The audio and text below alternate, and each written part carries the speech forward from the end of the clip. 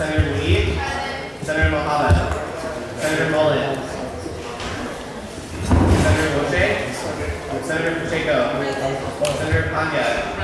Senator Quinn. Senator Rocky. Senator Shen. Senator Snow. Senator Chan. Senator Truax. Senator Padilla. Senator Wheat.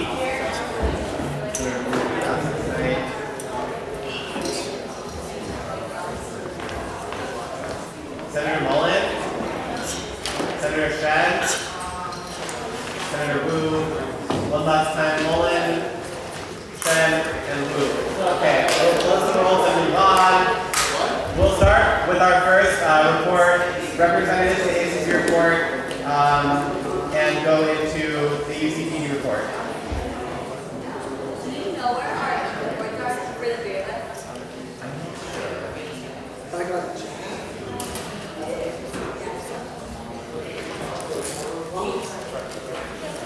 Senators, please welcome our UCPD representative.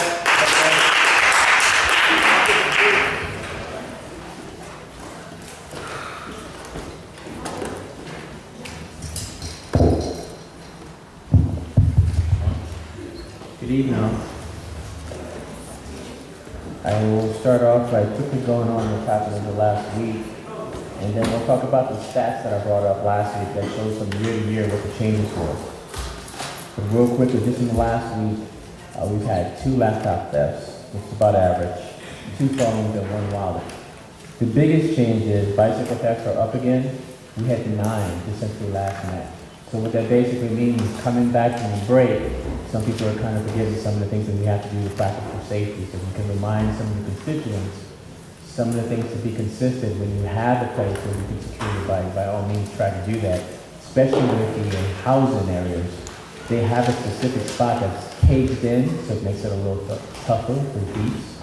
So if you guys can remind the constituents, that would be helpful because the numbers are kind of spiking a little bit. So to the report that I talked about last week, I have a chart with some pretty hard data of what's happened between 2012 and 2013. I'm sorry, starting in 2011. When it comes specifically for the hot topic right now is rapes, forcible rapes. BPD in 2011 had 340 cases. In 2012, there were 335. It went down slightly. Last year, there was a spike up to 407. I bring up BPD because we reside within BPD. Reported to UCPD specifically, 19 in 2011. I'm sorry, 16 in 2011, 1 in 2012, and then 5 last year in 2013. What that basically means when you go from a drop to an increase, it doesn't always necessarily mean that there was actually more of that specific crime. It just means we did a better job of getting people to come forward and actually report it. Another thing, robberies. BPD in 2011, there were 340 reported. In 2012, again, 335, and in 2013, 407. UCPD numbers for robberies in 2011, there were 10. 2012, there were 19. In 2013, there were 15.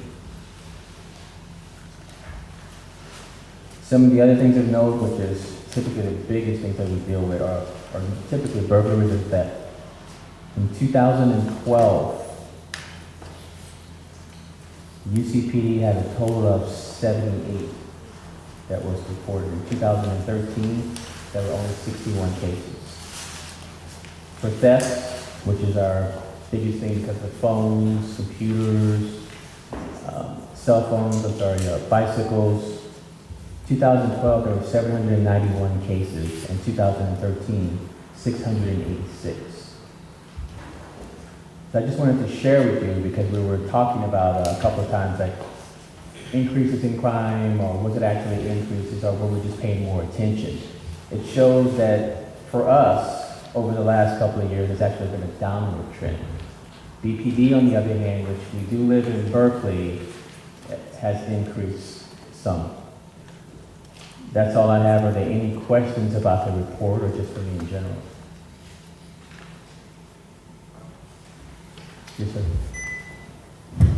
Could you email us those statistics just so we have access to them? Yes. Thanks. If you could send me an email, Joey W, so could you please share that? I'd be more than happy to. Anybody else? Other questions? Fair enough, then thank you.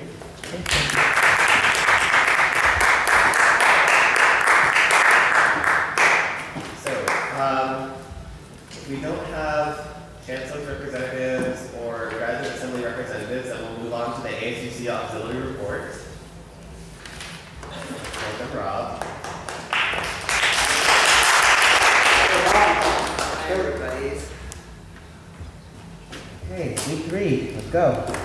So, event services still hiring, looking for 2 scheduling assistants and 1 AV manager, like I reported last week. So, if you know students who are that so inclined to send their resume and class schedule to Matt Sabori and Monica Duran. So we've just wrapped up the on-campus interviews for the lead center coordinator position dedicated to the ASUC-sponsored programs and archives. Whew. We appreciate the support and commitment of the ASUC student representatives on the search committee. I personally want to thank Senator Caitlin Quinn and Marissa Weinberg, the PERS manager, for your invaluable assistance and your insightful comments. They're so much appreciated. Thank you very much. So hopefully we will be able to make a final offer within the next week or so. So that wrapped up. We are going to start tomorrow the committee for the coordinator for the graduate assembly coordinator. So we're going to start phone interviews tomorrow. We anticipate on-campus interviews to take place between February 17th and 24th. Any questions about that, you can talk to me as the search committee chair for that one, or Amanda Rydell, the hiring manager. And then finally, for the hiring, we are finalizing decisions for the coordinator for the recreational arts, performing arts organization groups. And hopefully we'll have an update for next week's meeting on that individual. And then office manager position, that is closing in 4.5 hours. Thank you for helping to publicize. We have 3 times as many applications as we had in the first round. So then hopefully we'll a meeting with the interim office manager, and hopefully we can get the EVP involved in that selection and get that person on board as soon as possible. A reminder, there's a power shutdown on the holiday, February 17th, 6 to 5. It will be affecting Moses, Anthony, A&E, South, Old Art Gallery, Chavez, and UBC, and the Art Studio. That's going to be a power shutdown on the holiday. In Hearst Gym, there's going to be a bulk waste clear out for the week of February 14th to the 18th. For the basement rooms, that's going to be room 16, 18, 20, and 6A. All items in the common areas will be disposed of, and there will be notices posted up. So dumpsters will be delivered on the 10th, and they will be removed on the 18th. Moving forward, this is for the student groups that have spaces, lockers, cages, whatnot, in those in the basement storage rooms. Any items in the common areas not stored in those locations, stuff will be just thrown out every first Friday of the month. So again, notices will be posted up regarding this policy. CERC, they completed 2 retreats over the last month, and they're currently working on developing the mission, values, and strategic plans. And from the Lead Center, they are setting up some student organization leadership workshops for the spring semester, and those will also be posted on the Lead Center website. And then finally, the TGIF, they are accepting 2014 grant applications now. The deadline is February 21st by 5 o'clock. So you can go to the tgif.berkeley.edu website if you or anyone you know wants to sign up for a TGIF grant and to fill out the application. Questions? Any questions for Rob? All right, there are none. Thank you, Rob. Thank you. We'll move then into our commercial student services board report if we have one ready. If our reps are not here, then we'll move on. For the senators and then also for future guest speaker announcer people, we're having some technical difficulties. Our adapter is broken, so we would normally project the timer. Hopefully within the next few minutes we'll have that up. Fingers crossed. For now, let's move on to our finance officer's report.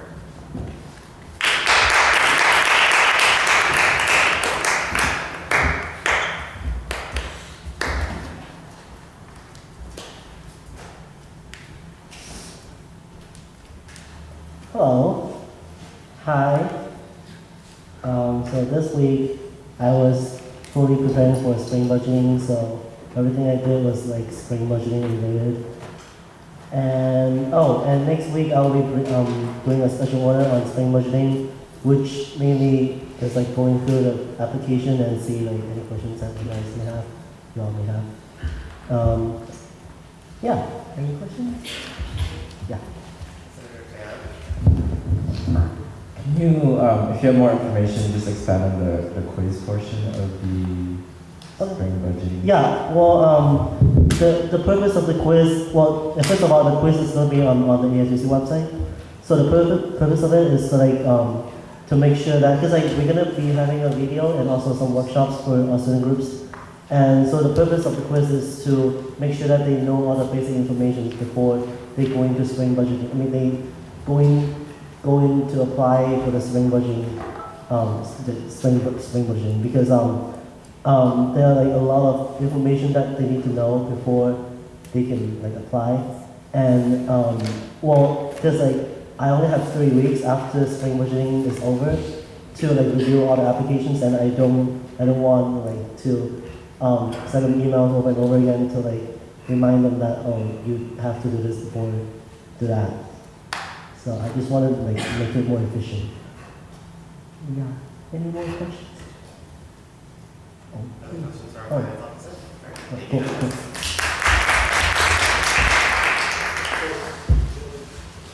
We'll now move into guest announcements, and before we do public comments, we have one guest announcement from Nika Morai. She's going to come up and talk to us briefly.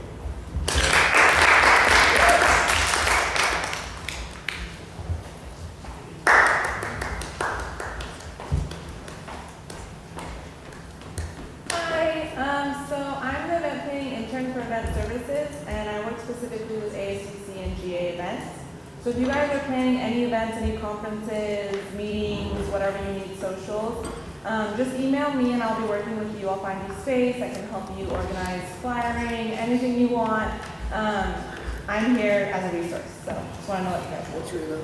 My email is nitamaradi@berkeley.edu, NIKTAMORADI @berkeley.edu. Good? Awesome. Thank you. So we'll now move on then into public comment. Our first set of public comments is around the same theme, which is the resolution that was handed to all of you. For people who are coming up to speak, y'all will have 2 minutes. Just keep an eye on the timer. And our first speaker is going to be Carolyn Long.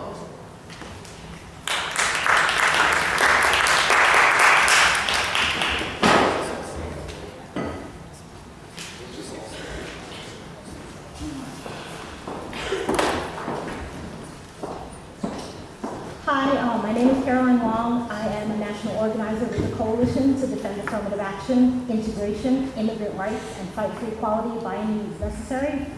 I'm here to speak in favor of the body passing a resolution and defending the rights and safety of students on this campus. We need to take a stronger stand than a vote of no confidence.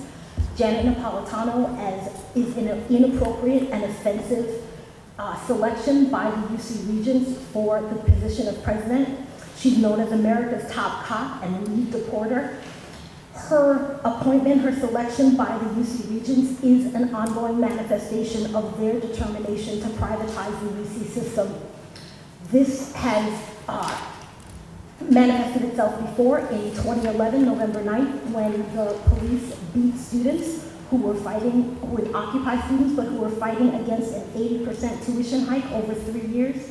We successfully defeated that, and the UC Regents have continued, okay, I'm sorry, this is slightly two things at once, but that attack on November 9th is tied to their selection of Napolitano and their determination to privatize. They want to make clear to these controversial corporations that they are courting that this campus is going to be investment friendly for them, that they are not going to have students demanding BP off campus and marching from Sproul to BP saying, you need to go. And that was the intent behind Bergeneau's calling on the police to beat students at 3 o'clock and then at 9 o'clock again on November 9th, 2011. They continue with this policy in selecting Janet Napolitano. She is known for two things. One, deporting the most undocumented people in the history of any Department of Homeland Security. Two, she's known for coordinating the crackdown on the Occupy movement. It was her office that coordinated the shutdown of the camps when the police went in and beat people. For the two most dynamic struggles that have been happening in the state of California, undocumented students fighting for rights, and two, the fight of Occupy students and fight against the tuition hikes and for public education, she is a direct threat. So thank you very much, and I really urge you to act on this because we need you to take a stand in defense of the students on this campus. Our next speaker is going to be David Douglas, also for 2 minutes.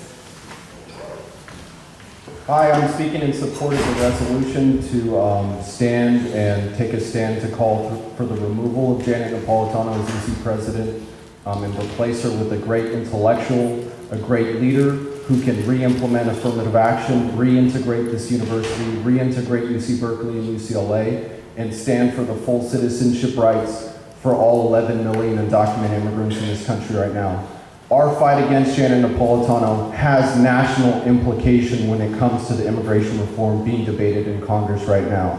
This is the fight of our movement, the fight of our moment in history, and we have gathered thousands of signatures calling for the removal of Janet Napolitano.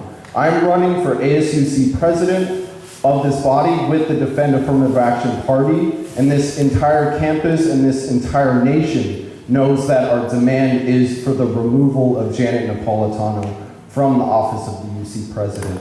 We represent thousands of students across the world right now who are on the front lines defending public higher education, and we see their fight as our fight, and the world's eyes are on us at this moment, and we cannot remain neutral at this pivotal point in history when we are defending the integrity of our institution. The academic integrity is threatened by Janet Napolitano. The continued privatization and resegregation of the university. We marched with 3,000 high school students, a DC-wide walkout. We marched on the US Supreme Court calling for the abolition of Proposition 209 in California and Proposal 2 in Michigan, which banned political rights of minorities to speak the plain truth about racism and discrimination and for the right to be at UC Berkeley, UCLA, and University of Michigan. I support this resolution. Thank you. Our next speaker is going to be Justin Chong.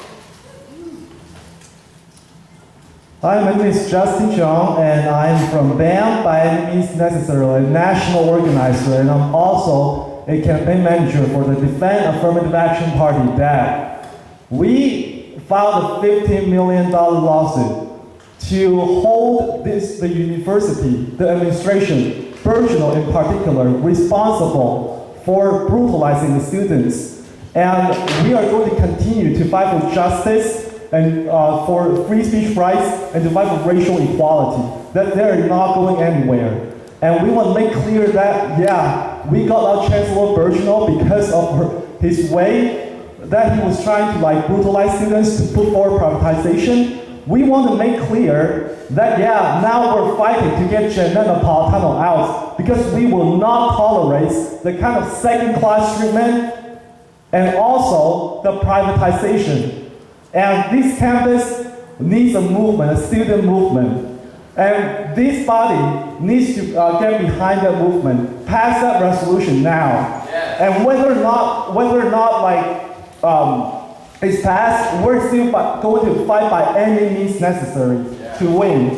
And I just want to say that like Janet Napolitano, she deported 2 million undocumented immigrants in this nation as the Homeland Security. What kind of message that sends to immigrant students? It's just an insult, and it's just a chilling message. It's a threat to all immigrant students and all the international students and workers across all the campuses. We demand there will be a change, and the UC Regents were going to hold them accountable because they hired her, and they intend to put forward privatization. We will not stand that. We actually have some standards for the crowning achievement of public education, this university system, that we want a great educator and a great intellectual to replace her. We demand integration, equality, affirmative action, and full citizenship rights for all immigrants. Alright, our next speaker is going to be Allison McDonald. Hi, I'm Allison McDonald. I just want to say that as a student on this campus and as a new member of BAM, having read the articles in the East Bay Express and the New York Times about Janet Napolitano, I do not support her, and I ask you to join us in asking for her to be replaced. Our next speaker is going to be Nikki Panduti. Hi, I'm Nikki Panditi. I'm a student here at UC Berkeley, and I support the resolution to remove and replace Janet Napolitano. I mean, for me, just being on this UC Berkeley campus, I've been here for 1 semester, but I've already met so many people who are near and dear to my heart, to whom the undocumented struggle is really personal. And I think it's so important that we tell them, like, we're here to support you and that we're not creating a climate in which they have to feel fear when they're trying to get higher education.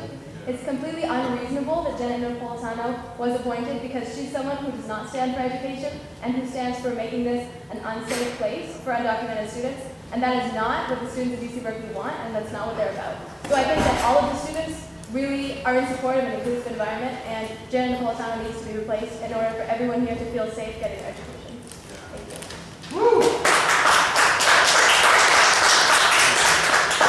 Our next speaker is Shannon Thomas. Just a quick question. David Escobedo, are you speaking on the same topic or a different topic? Same? Okay, so let's do David first, and then we'll move on to Shannon. Okay. My name is David Escobedo, and I'm a student here at UC Berkeley. And as a student who is drawn to UC Berkeley for its legacy of tolerance and open-mindedness, I do not find that Janet Napolitano being appointed as the president of the UC system anyway represents that. Janet Napolitano does not represent tolerance. She does not represent the future of public education, and I find that claiming to do so is deeply offensive. I feel we want, as students, to have a president who will represent a future in public education that is one that is open for everybody. It represents the right of everyone to education and not exclusive to a small minority of people based on something as arbitrary as where they were born. So I support this resolution to have her removed and having her place somebody who won't lead UC Berkeley and UC system into a darker past where segregation and disenfranchisement and disregard of rights to citizenship and right to education as something that aren't important. I want a future for this university and UC system to represent the right of everybody to public education and the right of everybody to attend this university. Thank you. Yeah. One speaker on this topic, the Napolitano resolution, that's Kyle McCoy. Good evening, Senate. I told you last week that I was coming back to speak on the Napolitano resolution. Now, the thing that I want to get addressed is a lot of the students here. You see over there at the Cal games, they are cheering, they are supporting your team. They are immigrants. We just got a new European immigrant to be on the Cal team. He was scared to come to Cal, he said. You know why? Because Napoleon was the president of UC. Now, are you willing to lose a valuable player over Napolitano? You have to really think about this. Now, I would suggest you jump on board with the Napolitano resolution. Thank you. Thank you all for speaking on this today. Our next speaker is talking about ambassadors coming to Cal. Her name is Shannon Thomas.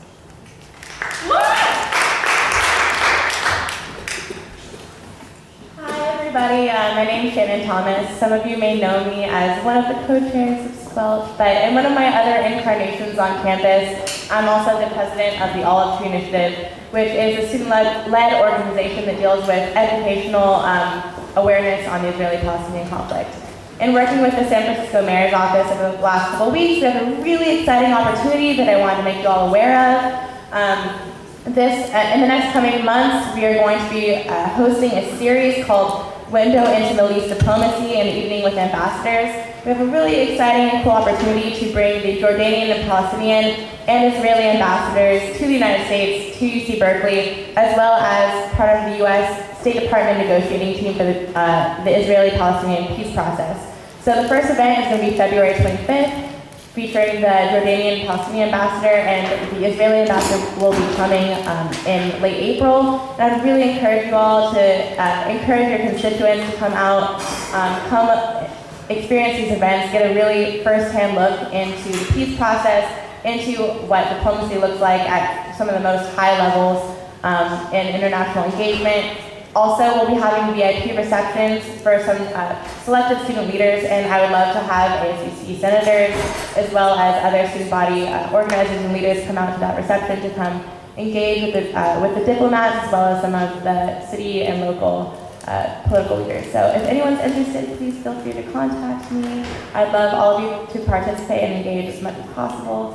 And thank you. Have a great night.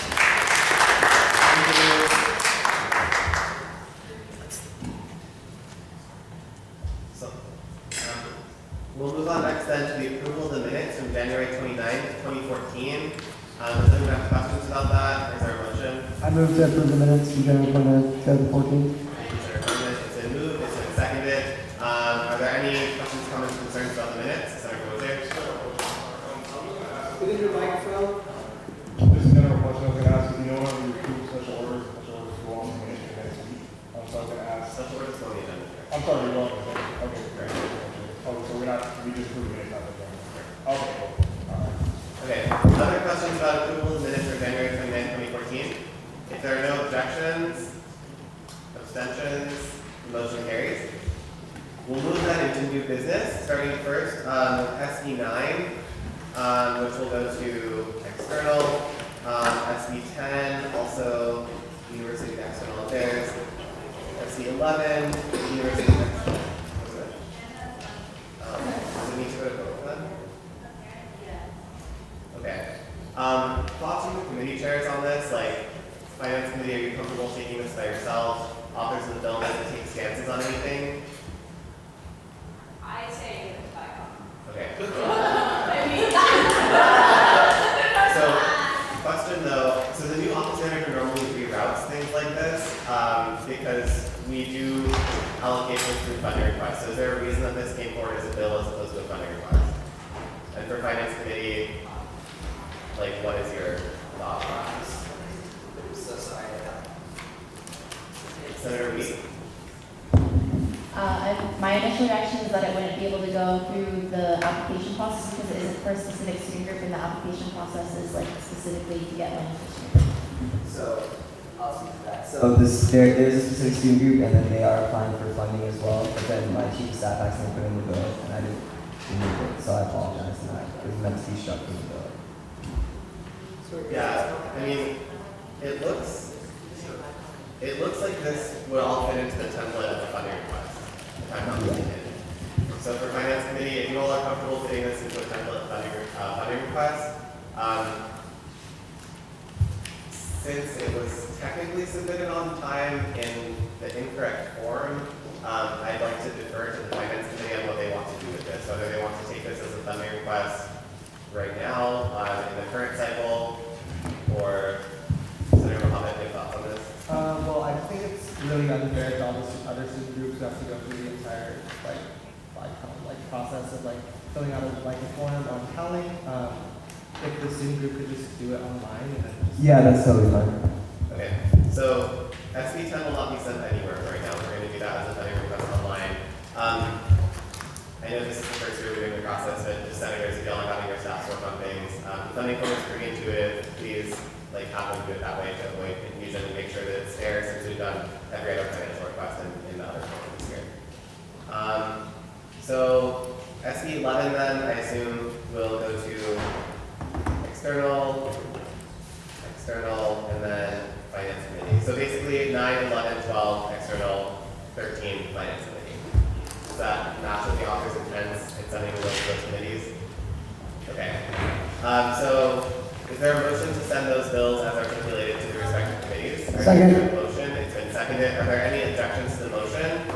Any abstentions? Seeing none, motion carries. We'll now move into the approval of the agenda for February 12th, 2014. This is again when you will be requesting special orders for that date.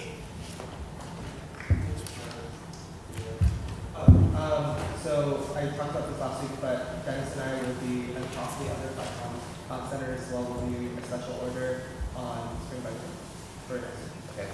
So we have that request. We'll pass them all as a block if there are other requests for special orders. Well, how long is that going to be? To make time. Yeah, we normally set a time. How long? That is how long? 30 minutes. Okay. So we have spring budgeting for 30 minutes. Senator Quinn, there was one from.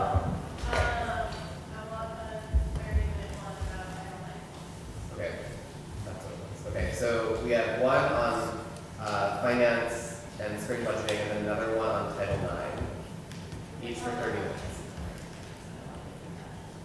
Okay, feel free to not talk about it.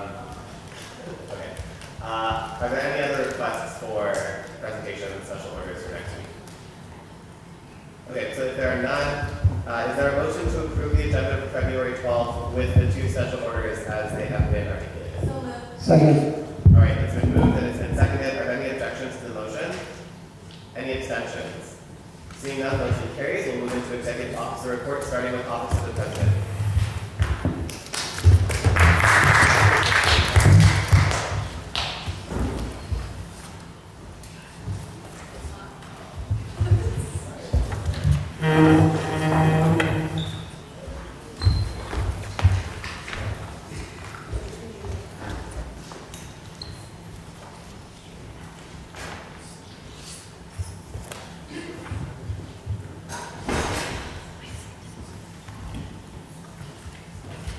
Hi everyone. Sorry, it's been a really long day. I've been at CSFB retreat, so I apologize if I'm a little out of it or if I don't make sense. Please stop me if I don't and ask for clarifying questions.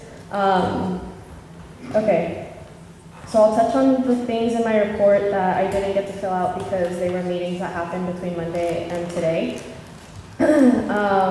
So my meeting with UCPD yesterday about the Napolitano visit was really just a discussion about tactic and clarification about requests from UCOP specifically about any security measures versus UCPD's plan specifically. From what I understand, UCPD will just be taking a very low-key approach.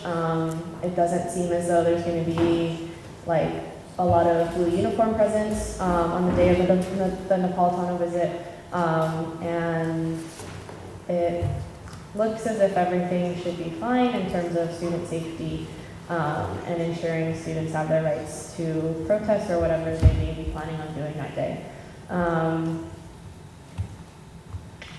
had my standing meeting with Vice Chancellor Bosbury on Tuesday as well. That was just a lot of catch up and filling in on things. I sent out some committee positions after we filled out, and it was just a lot of that discussion.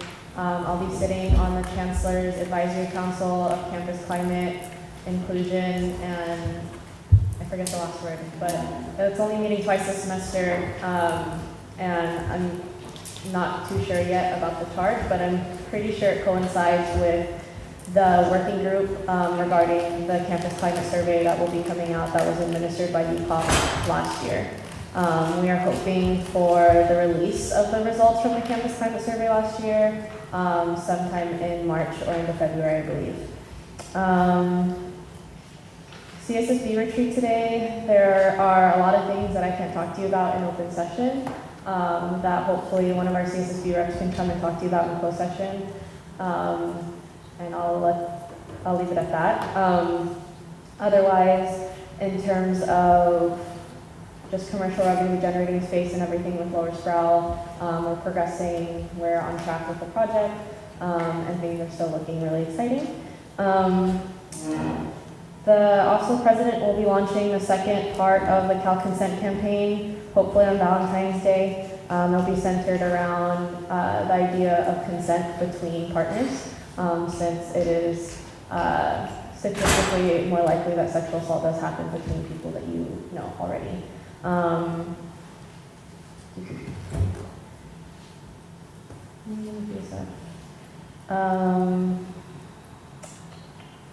Okay, ASUC insurance, that was it.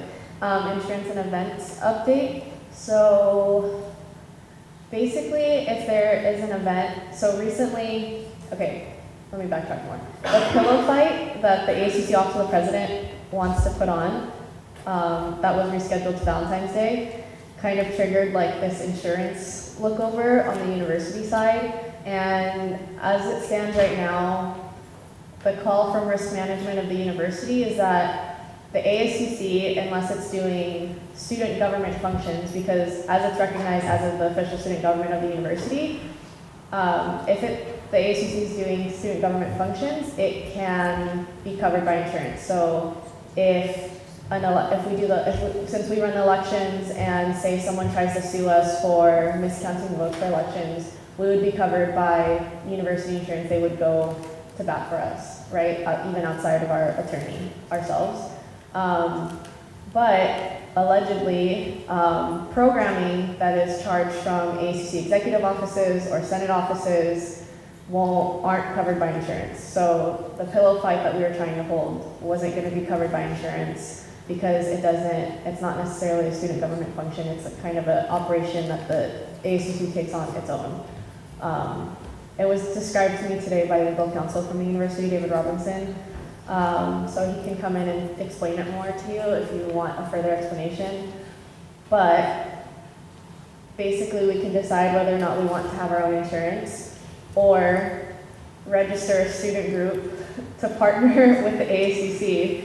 And for every AACC event, it would be sponsored by that registered student organization. Because if it's sponsored by an RSO, then you have insurance. So until we figure that out, if you're having an event by your office or your respective offices, and it's a big event that requires insurance or may put the ACC in some type of liability, please have the student groups co-sponsor it until further notice and ensure that they're a registered student organization as well. And if we can talk more about it offline if you'd like. Other things. So Sophie Karasik, she's come here to talk to you before in public comment. She works a lot on Title IX policy issues. She'll be holding a Title IX policy, like Know Your Nine session, informational, on Monday the 10th from 11 to 12:30. And she wanted me to invite you all out to that. It's loosely a part of the Sexual Assault Task Force programming, and she's going to be holding a series of those informational sessions later on. So if you or your constituents want to be educated about Title IX policies and what your rights really are through that, in cases where you have to deal with such matters, please go to this info session or look out for more dates coming later on in the semester from her. the new appointment for CSSP undergrad rep is going to be coming up. Like, you all have to appoint someone this semester, and I just wanted to put that under your radar to remind you. Through the CSSP charter, there's a selection committee that consists of the EVP, the president, the two undergraduate reps that sit on CSSP currently, to select this person. So just start keeping that in mind. You all will also be a part of that process as well. If you have folks who are interested in getting involved, please start sending them to talk to Nolan or I about what really CSSP is about and what you do. Then we had a BSF board meeting today, and we settled a lot of situations. I found out last week that Greg and Connor are still the signers of our Berkeley Students Foundation bank account. And so we had to switch the minutes and everything like that, so that way I am now the signer of the bank account until we figure out a new treasurer to look over the account operations. There's a couple other issues with BSF just regarding logistics and applications that we are trying to settle as a board. So if you have any questions, you can ask any of the senators who sit on the BSF board, or myself, or Valerie. And I think that is all I have for you. Any questions for the ASUC president? All right, there are none. Thank you, President. Cool, thanks. We'll move on to the next to our academic affairs vice president's report.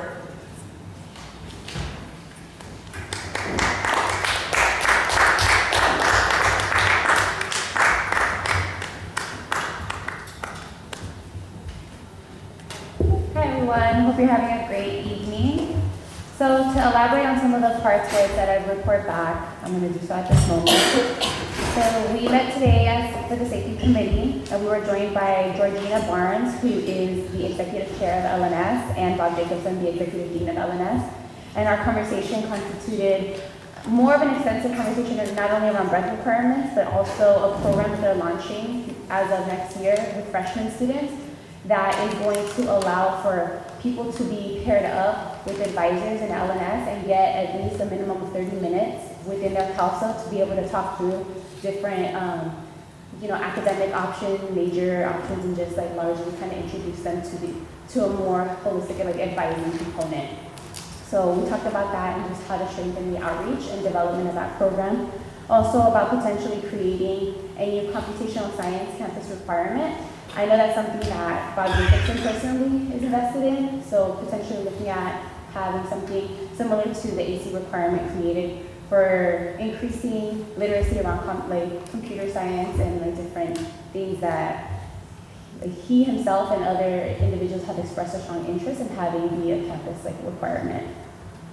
With that committee, there are 4 available positions for the semester, and mind you, these positions are, the hope is to have people who are going to be here next year as well, so that there's continuity, because the issue is that people confirm to this committee, but then they realize that it conflicts with their schedule, so then they have to step down. So the goal is to find someone who can serve not only the semester, but for all of next year.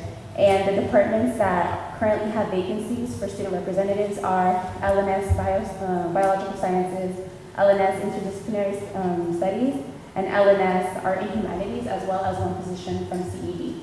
So if you know somebody from LNS or CED who fit these requirements and are interested in undergraduate educational issues, let me know and we can put them in contact with Christian students. I also met with the chair of the Academic Senate Committee on Libraries on Thursday of last week, and we discussed not only Breslauer's public release to the Daily Cal and to the campus about the additional funds given to the libraries, but also in terms of what her hopes are for the new EDCP or joint collaboration with the Academic Senate relating more support services for libraries. She was, grateful about the increase in funds, but a little underwhelmed in terms of the amount of money and the recommendations set forth by Breslauer, considering that they still held a majority suggestions that constituted them cutting down their budget, which is something that the libraries at this point are at high capacity and have serious issues relating to capital improvements, serious staffing issues, and issues with their collections.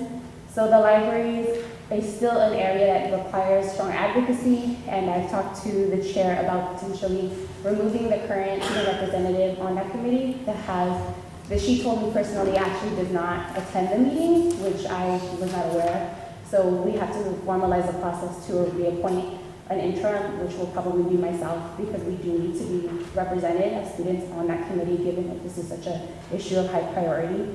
But in good news, at least for undergraduates, they will be moving forward with a 24-hour Moffitt in the partial funds that were given by Breslauer. So now the conversation will just be about revamping safety and looking at how that will be launched in the upcoming year. I also met with my equivalent in the GA, his name is John Reedy again, about looking at joint policy initiatives with the Academic Senate, one of which we're hoping to collaborate with them on having not just student representative appointments, but faculty appointments come through both the Academic Senate, GA, and ASUC. Currently, there are many student representative positions on various committees and even faculty positions that don't require a vetting process through our institutions, and we believe that if you're going to be a student representative and held accountable to not just like your personal department, that you would need to have more like a further in-depth conversation and vetting with these different institutions. So we're hoping that in collaboration with them, we'll be able to push something through to like the needed policies to change. And along with that is actually strengthening a policy that encourages faculty to put textbooks on reserve at the library. This has been a continuous issue, something I've heard of multiple times this semester.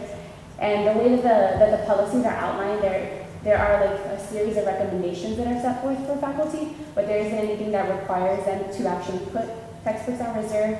And there's a lot of suggestions that a lot of faculty members actually do not use, such as faculty members continue to on a semester basis, renew the editions of the textbooks, which is actually not in accordance with the policies set forth that require or mandate at least 2 or 3 years for affordability purposes for the textbooks to remain the same. So it's necessary to continue the effort in terms of policy to reinforce these changes, as well as looking at a potential auditing of the faculty in relation to this issue. So me and Senator Pacheco have continued to work on launching the formerly incarcerated Resource Center on this campus. We have met with Vice Chancellor Gabor Basri, who has already given the okay to for the funding transfer to go through his division. This is going to be something that sits within the Center for Educational Equity and Excellence, which is CE3, and we have overwhelming support by Fabricio Mejia. So we'll continue to advance that, develop the job description, and sign a rental agreement, because there was a little misunderstanding as to where the specific budget would be like housed, whether it be under Gabor's immediate staff or just directly to CE3. It's delayed like our project a few weeks, but we will be launching this semester. Also, I have gotten the wind and approval of the accounts for textbook scholarship and rice scholarships, which will be launched this semester, and I'm pleased to say we'll have over $10,000 in both scholarships to be able to increase the funds given to students. That's really exciting. And paired with textbook scholarship, we're looking at potentially launching something called textbook plan. So we're currently actually doing a lot of work in researching at the different institutions where textbook plan currently exists, whether it's something worth investing on our campus.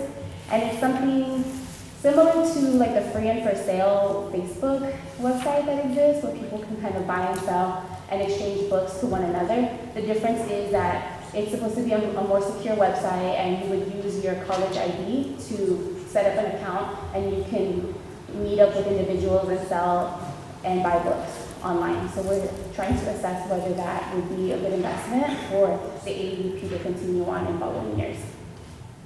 Last but not least, grant info session is next Wednesday at 7:30. So please tell individuals who may have inquiries about the current 5 grants that are offered under the AEP office. If you don't know about them, that would be a great opportunity to go learn about them. And just echoing what President Pikuto mentioned, ESF, a ton of transitions, one of which I guess is important to mention is that I will currently be the interim executive director while we institutionalize a policy through Senate that says that the AEP in the upcoming years will be the interim director. One of the things that we noticed is that not only as a board and as a 501c3, there were significant limitations to the way that we were functioning as a board. So we had to kind of abide by, like she mentioned, developing a treasurer, secretary, and one of those positions is executive director. So we're hoping in the future that's something that will just naturally fall into the line of the AEP's work. And also with that, working along just revamping and looking at work study positions to be able to strengthen the support and not have all of the development of BSF fall on the senators, myself, and DJ. That's all. Okay, questions for our academic affairs vice president? Okay, so Senator Wiltshire, then Senator Robbie, then Senator Tan, then Senator Lee. We'll probably have to extend time. Yeah, really good, extensive report, good job. As you know, the library is one of the things that's really important to me in terms of the 24-hour library, so I was just going to ask you on that. Particularly, I was going to ask, so how long is the tenure of the 24? Is it also covered during the summertime as well?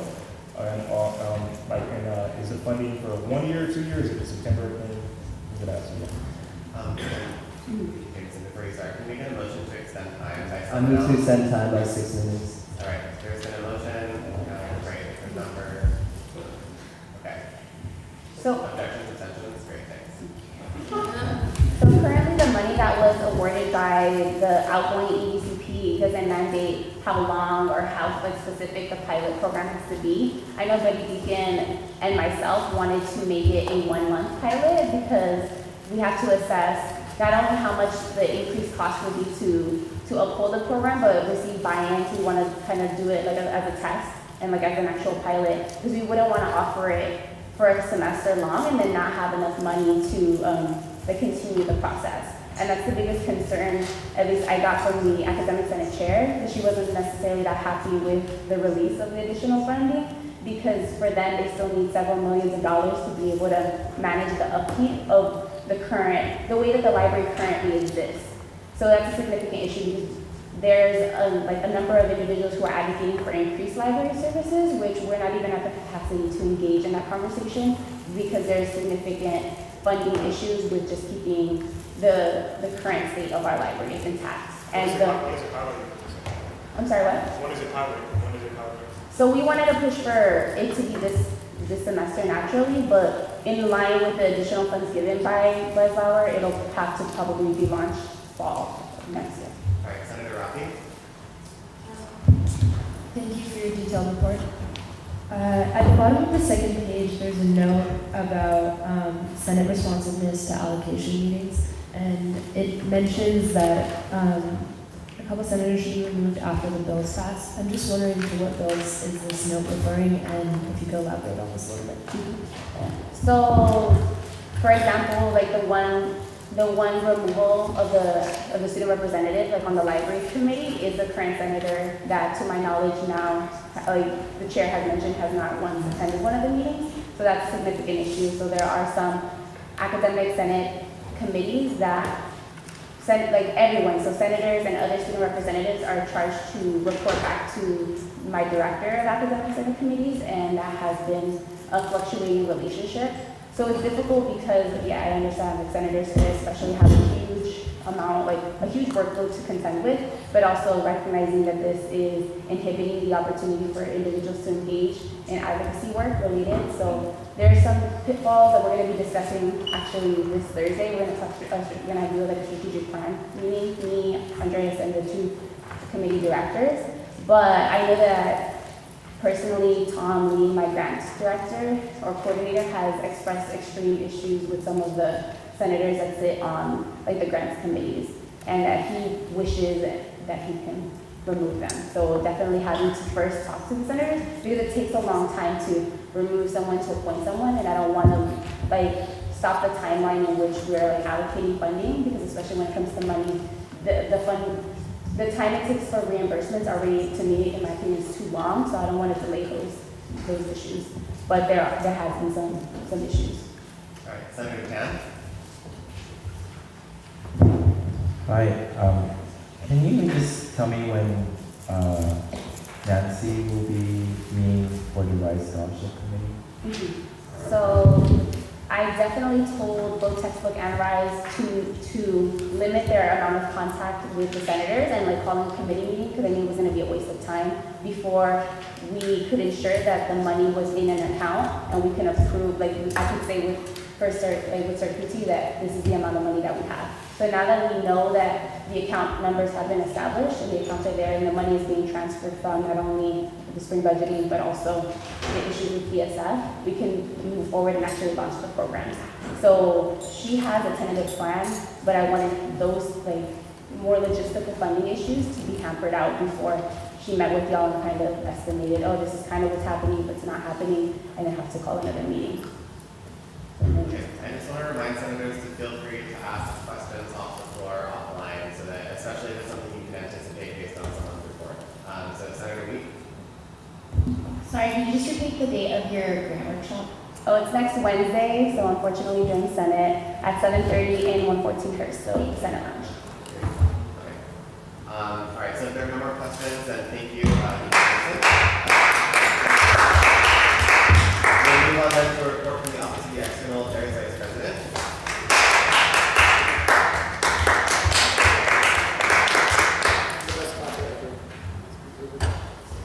Hi everybody. So this will be pretty short. First of all, I'm sorry I didn't submit my actual exec report. I did now, and I'll send it all to you. It's been a crazy week, just with the UCSA board meeting and travel for that. So the biggest updates for you all, the Fund the UC campaign, which you can talk to Kevin lots about, launched out of UCSA and the EAPP office this week. Currently we have 2,000 postcards that we're going to be distributing for people to sign. That being said, that's like a minimum goal, and we really want to get more than that done. So talk to Kevin about getting postcards if you all have time. But what they are essentially is they're really neat because they have two portions. One that's a tear-off that tells people about Prop 13 reform and why it's important, and the other half is just a postcard to send to the governor about why you support Prop 13 reform. So that's important and happening. And the other big development is I've been talking to you all lots about UC Caucus, which is an initiative with the federal government to create a congressional caucus of people who support the UC or represent the UC. And we've officially submitted the letter to create the caucus, and right now we're working with both the student region and student region designate to create a structure for the student advisory committee for the caucus. So essentially what it looks like is there's a group of congressmen in DC who will meet X number of times, and a student advisory committee who will meet once a month to recommend policies to that congressional body. So currently the structure of the committee is the student regents, UCSA leadership, and one nominee from each campus.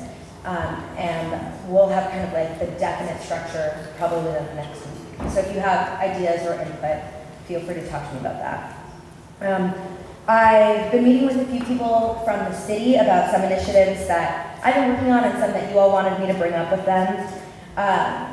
As far as bike share is going, we're still getting RFPs for different companies that want to do bike share. We're also working with Bicycle to see how we can collaborate with some local businesses and Bicycle to merge Lower Sproul traffic with Bancroft Telegraph traffic.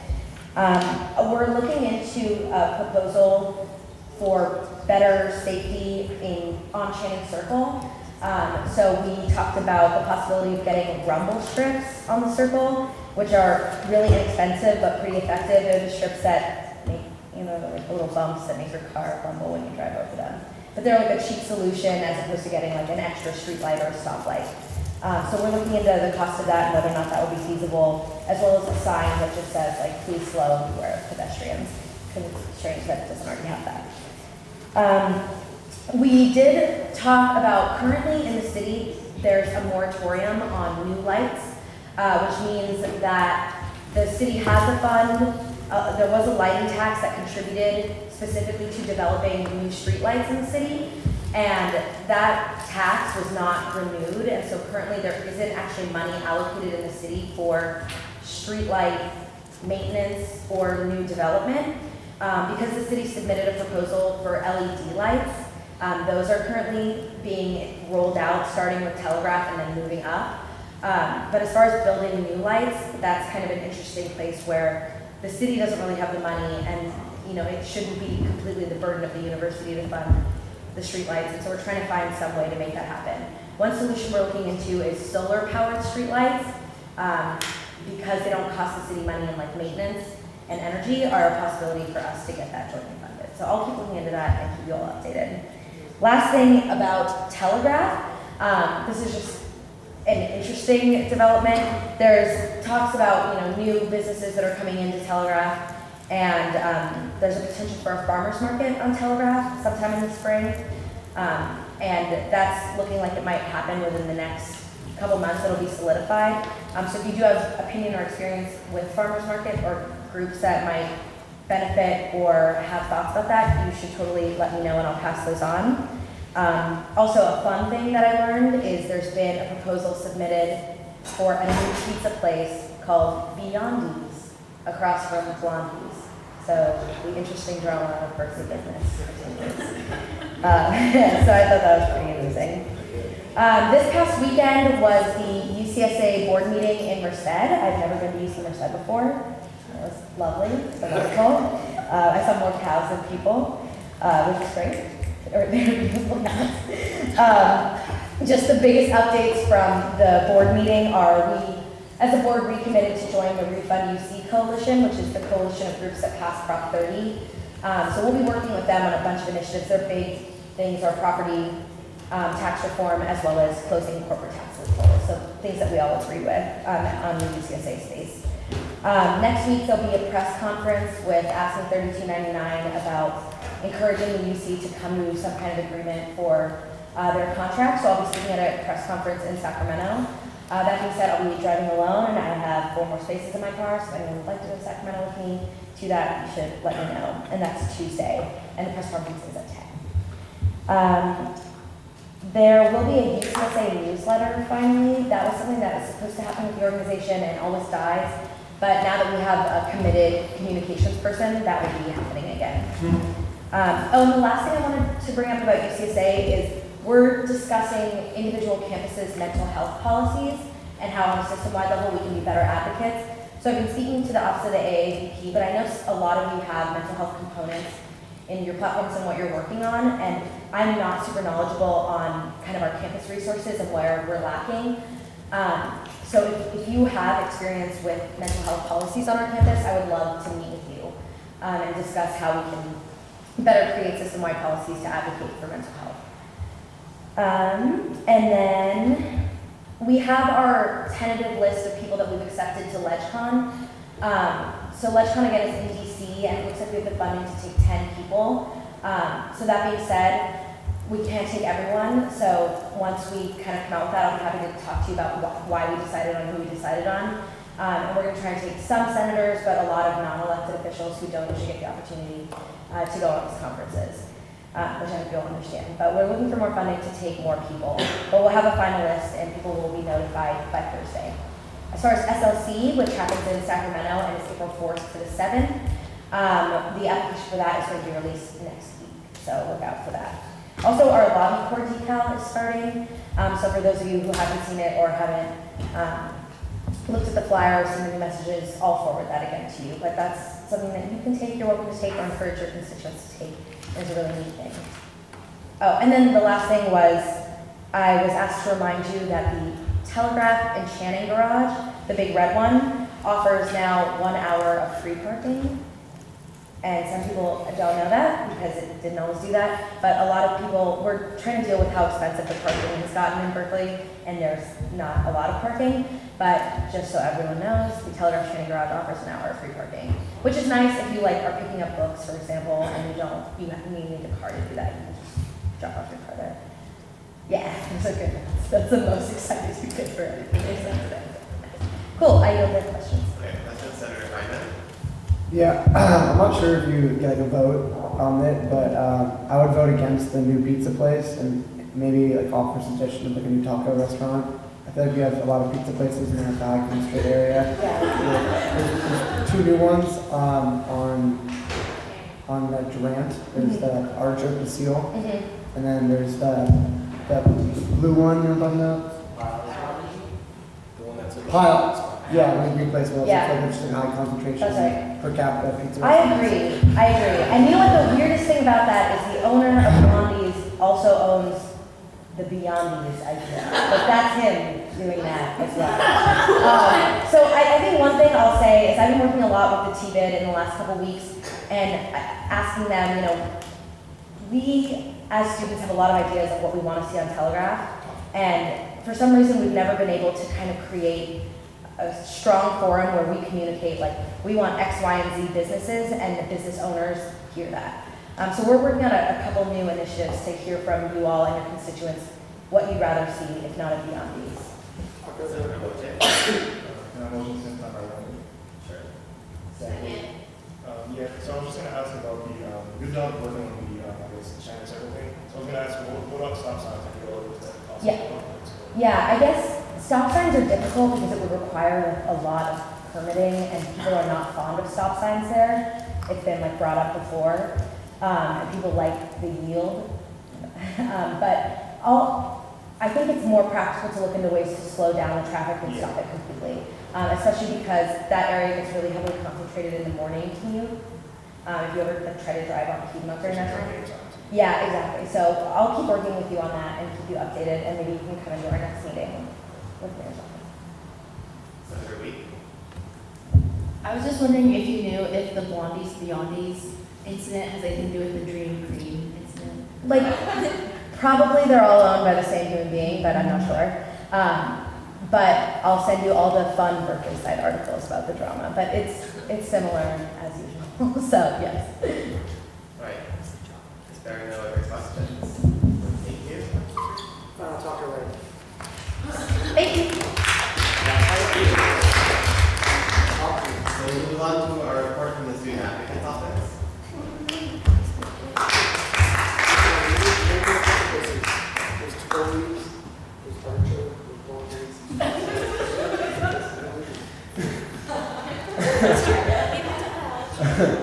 Hi everyone. Sorry I don't have any pizza to talk about. I'm going to be a little more boring than that. So right now, I'm sure you're all tired of me talking about this. Bank consolidation continues. Main issue right now is trying to make sure that they don't put any kind of symbol on the Cal 1 cards in relation to a bank. I don't want that. So we're working really hard to make sure it doesn't happen, and that's kind of one of our sticking points. That's the biggest debates right now are over that, and are also in regards to the specifics about how financial literacy training will be carried out. We're trying to make sure that the banking institution we work with only funds it and does not carry that out in person, to make sure that there's no conflicts of interest, and we don't have bank personnel selling products individually. So if you want any updates on that, please feel free to talk to me. So also, CACSIF, we worked on a proposal to help fund a counselor that would help with survivors of sexual assault and sexual violence. So hopefully that will go through and we can make sure that stays. In terms of administrative meetings, we've been working a lot with the director of the Tang Center on that proposal. We also met to discuss data on counseling related to sexual violence, and that was the main nature of that meeting. Also, the police review board met. I'm a representative to that, met for the first time in, I would like to say, 2 years. And we have a lot of catching up to do in terms of work. So there are some folks in there that actually are dedicated to making this much better and much more effective, and I'm going to be there to make sure that we actually do the job we're supposed to be doing, or how we're supposed to be doing for the past 2 years. And there are a lot of issues there that I'm going to be working to try my best to fix. And I'll definitely, please talk to me if you have any suggestions or comments about that. Our recruiting's finished, so we're going to be interviewing folks for SAO this coming weekend, so that should be fun. And also the the Title IX Advisory Group is, the roster of that's getting fully formed and fleshed out, so that will be meeting soon as well. I think those are the big things I wanted to cover. If you have any questions, please let me know. Any questions for the student advocate's office? All right, Cool. Thank you. So I'll try to breeze through mine relatively quickly. I also apologize for not being very reporting on time. I'll make sure to have an extra extensive report that includes both weeks for the next round. Off the top,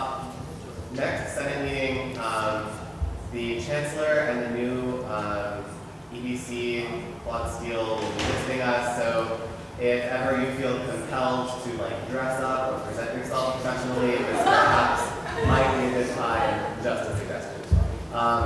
Also, in more specifically EDP related things, we'll be starting at 7:20, which is the normal time. It's really important that you arrive promptly at that meeting because the Chancellor is going to be talking with us. He has a very limited amount of time and we want to be able to start right away and get things rolling. So,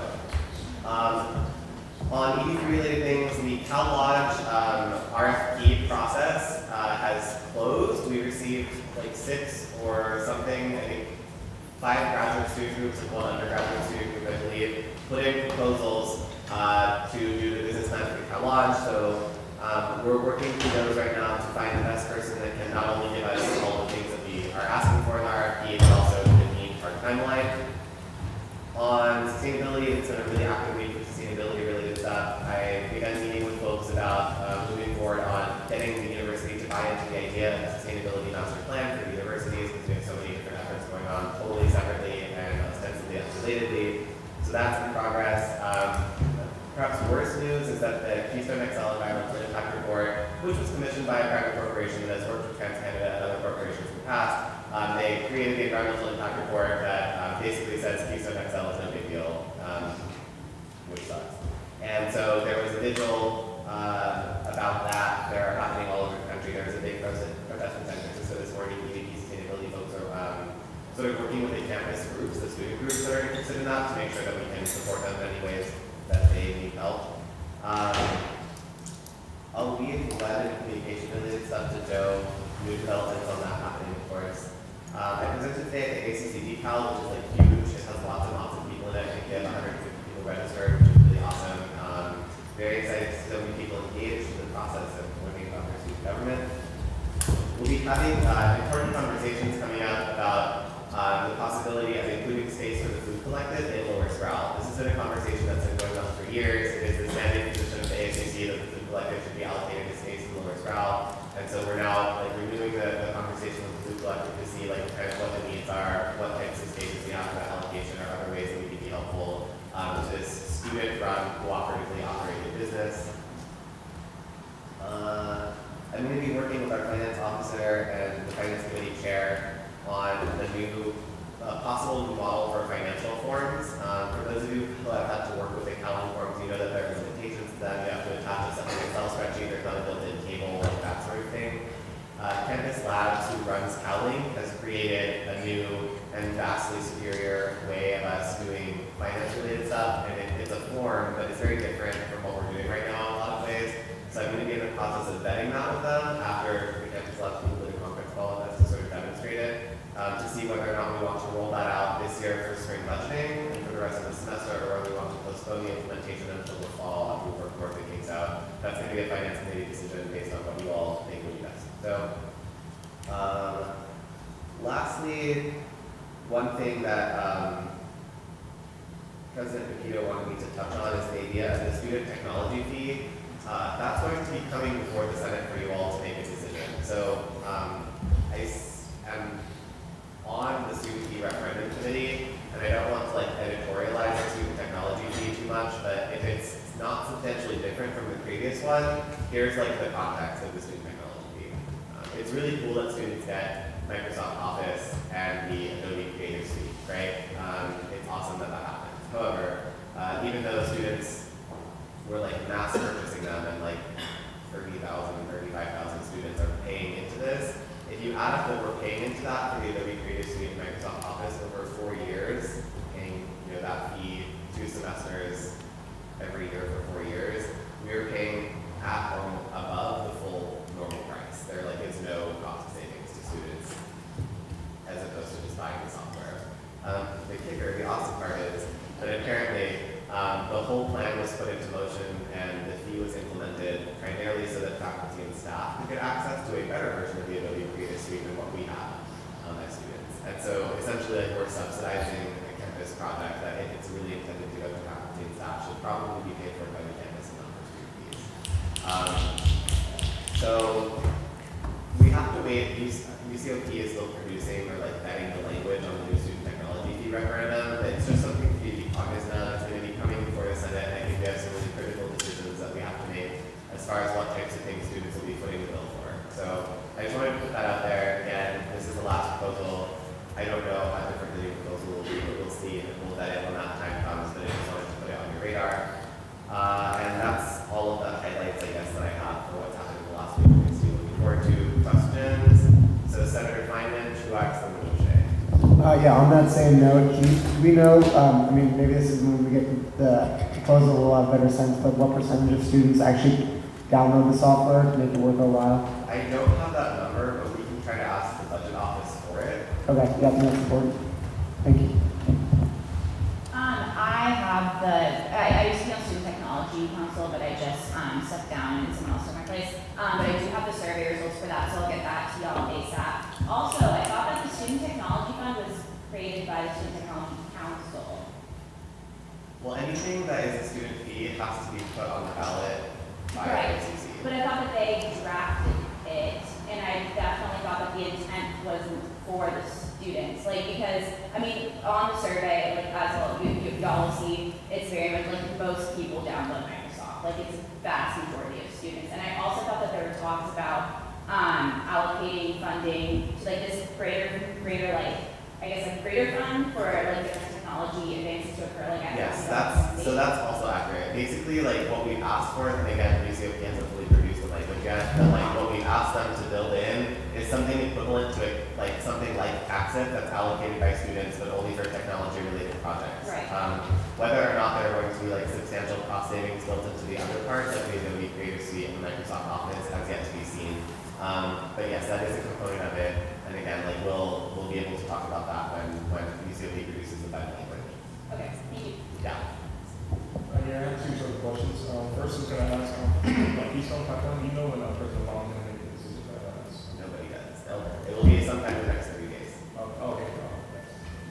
The second question I have is about the campus lab. Is there a way for students who are going to have prefer for that to be brought up next semester? Because how it's a lot of students. But no, is there a way for students to test that out?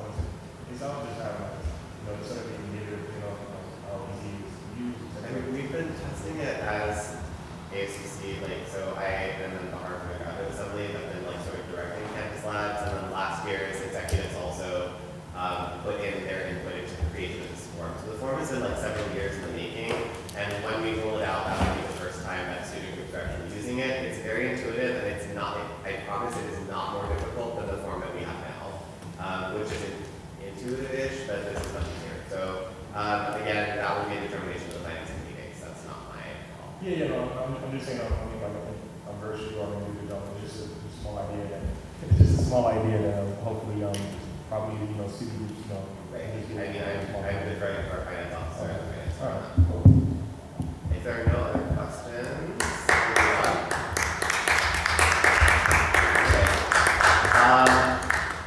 So we're moving then into the section on appointments. There are no appointments that are scheduled right now, or no one that's been nominated. If there's no one else that we need to nominate, what I'll say again is just look forward to timelines coming up. I met with Attorney General Sabo recently, and we established a set of timelines for, not like codified timelines, for what we're proposing as the new timelines, is a selection of the designate officers who will become next year's officers for the appointed positions per the bill that Conrad wrote.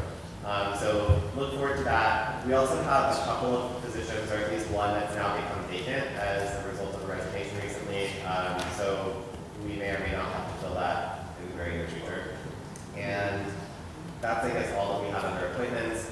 So if there are no questions on appointments, we can move on then into our special orders. The Cal Housing Director. So on special orders, we actually don't have a spring budgeting presentation this week. So the only thing that we have is perspectives. Okay.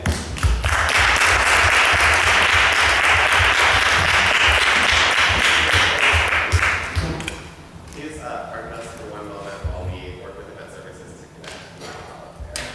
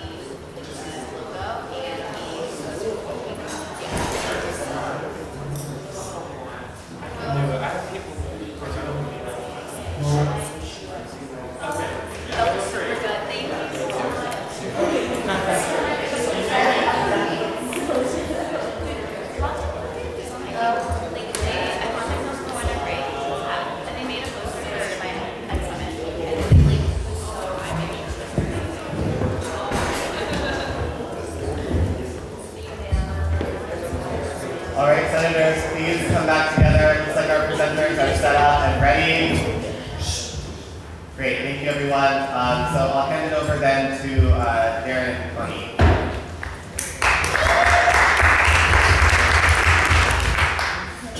Hi, my name is Connie Chen. I'm a first year and I'm the logistical coordinator for Perspectives this year. And hi everyone, my name is Darren Wallace, I'm fourth year and I'm the executive director of We're really excited to share with you all our vision for the show, which we're kind of spinning in a new and interesting direction this year. Darren's going to start with an introduction of what Perspectives was in the past, and then present his theme and mission for this year. Okay, cool. So Perspectives in the past has always been a spring showcase that attempts to shed light on the diverse campus and work towards a safer campus climate. So even though it has served this purpose every time the parent has been drawn, it has been transitioned to me under a very unsustainable budget model. Can we just ask both of our presenters to each of use the microphone? It helps with picking up the recording for that meeting. Okay. So yeah, it's been an amazing diverse show every year. It's served its purpose most definitely to provide the campus with a show that unites students under one accord, and even though we have differences, they can be exposed and they can be enjoyed together. But yeah, there hasn't been a sustainable budget model. So we're going broke, y'all. So Perspectives, UC Berkeley's multicultural showcase this year, will focus on the spaces between our footsteps with the histories and an X. I use an X to validate everyone's history, not just him or her. And experiences every student carries with them as they move through campus. How do we connect our past experiences with our future struggles and achievements? How do we come to terms with our perspectives of one another based on our trials and tribulations? The discomfort, the angst, and the words never spoken often fall into the spaces between our footsteps as we travel along our own paths.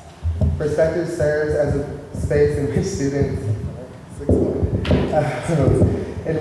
and the community at large can essentially engage with the themes such as race, class, gender, sexuality, religion, histories, all through volumes of art. And then now Connie's going to talk a little bit more about our new, pretty much our new show model, which in turn will generate a better budgeting model. We're actually planning to have a 3-day festival in the spring, April 18th through 20th, here in Anahead, and then one larger showcase in Zellerbach in late September. Now, we realize it's something that's never been done before, but we see it as like a transition and a bridge between the old and new, especially because we can still give graduating seniors like their last Perspective show. Ideally, after this year, the showcase will be set to only be performed in the fall. Here's our rationale for holding the Spring Festival. First, it'll act as like a promotion and teaser of sorts. Our goal is to get continuing students eager to see more at the larger fall showcase. It's smaller, but it's also more intimate and an innovative new approach to the show. It'll also allow for more collaboration amongst the performers, since there will be fewer groups on stage, and then it'll really put the spotlight and focus on them. It's more sustainable budget-wise because the spread out show has potential for generating a lot of ticket revenue each day, and then we can direct this money into making the fall showcase even better. As for venue, as I said, we would hold it here in Anahead, which is free, so the money we could have used, that we would have used for the venue, can again be funneled into the fall showcase. In addition, we've started preliminary talks with Superb, and they've expressed a lot of excitement about working with us. And it makes sense to work with them because they just have like the technical expertise and the insight into and experience with holding these kinds of events that would be difficult for only Darren and I to replicate. Okay, so even though I'm more of a spring semester kind of guy, we should do it in the fall just because we'll have little competition. We'll be essentially the only large show on campus at that time. And that in itself would attract a lot of students. Newer students would have a better introduction to the ASUC in general, because I know my first year I definitely had no idea that this even existed. So I think, or that any component of the ASUC existed. So I think it'll give students a chance to actually come see the ASUC in a cool light. And also it expresses like the immense diversity we actually have here at Cal. Ticket sales can also be increased just because it's a fall show. It's the only show that's happening then. You can charge more for the tickets, and new students, they've never been to a Cal show before, so ta-da, first one, $10. And then, so Cal Performances also improves. We've been in contact with them, and their schedule's a lot less tense in the fall. So spring is just completely packed with a lot of, we have Alvin Ailey in the spring, we have like Knocker Walker in the spring, we have all these different shows that happen. So fall is dead in the fall, and I get sad in the fall. So I think this show would also help with campus time in that way. So, y'all want to know about the money, right? Okay, so Kanye's going to talk about budgeting and how we're doing this one. In terms of money, according to a statement prepared for us by Chris Long of the Lead Center, we currently have about $35,000 left, but that's all we have left. And we received this from the ASUC grant, which was meant to last 3 years, but it's quickly coming to an end. We inherited this unsustainable financial model, meaning that like if we don't make changes now, perspectives won't be able to operate at the same scale in the future, and that would be really unfortunate. We really wanted to take time now and be forward thinking, set up a better model, because it wouldn't be fair to leave future directors like scrambling for money for their shows. I believe some tickets were sold at like really heavily discounted prices last year, and we think that really shouldn't be necessary. We plan on having a successful spring festival that will allow us to put on an amazing fall showcase that will be worth like the $10 to $15 tickets that we sell them for. We're also trying to set up funds right now by planning In-N-Out, Krispy Kreme, and or cheese board fundraisers. In the past, we've received donations from the City of Berkeley, the Residence Hall Assembly, Cal Student Store, and the Graduate Assembly. So we're looking to repeat that. And another possible source of funds is from the Student Opportunity Fund grant. So that's our budget, and Darren's going to explain where we're at now in the planning process and a bit more of our timeline. Okay, cool. So, that's our budget. So planning as of now, we're solidifying our collaboration with Superb. I feel like that should just be something that's completely institutionalized, like Perspectives always works with Superb, just because it's like a lot more technical support and a lot more help with like in terms of like marketing strategies and like planning audition times and all that stuff. So solidifying the meetings with them, probably by Friday afternoon we'll be meeting with them. All performers have been contacted, and we've gotten a lot of like exciting emails from a lot of the performing groups on campus that have shown interest in performing, and some new ones that will be cycled into the,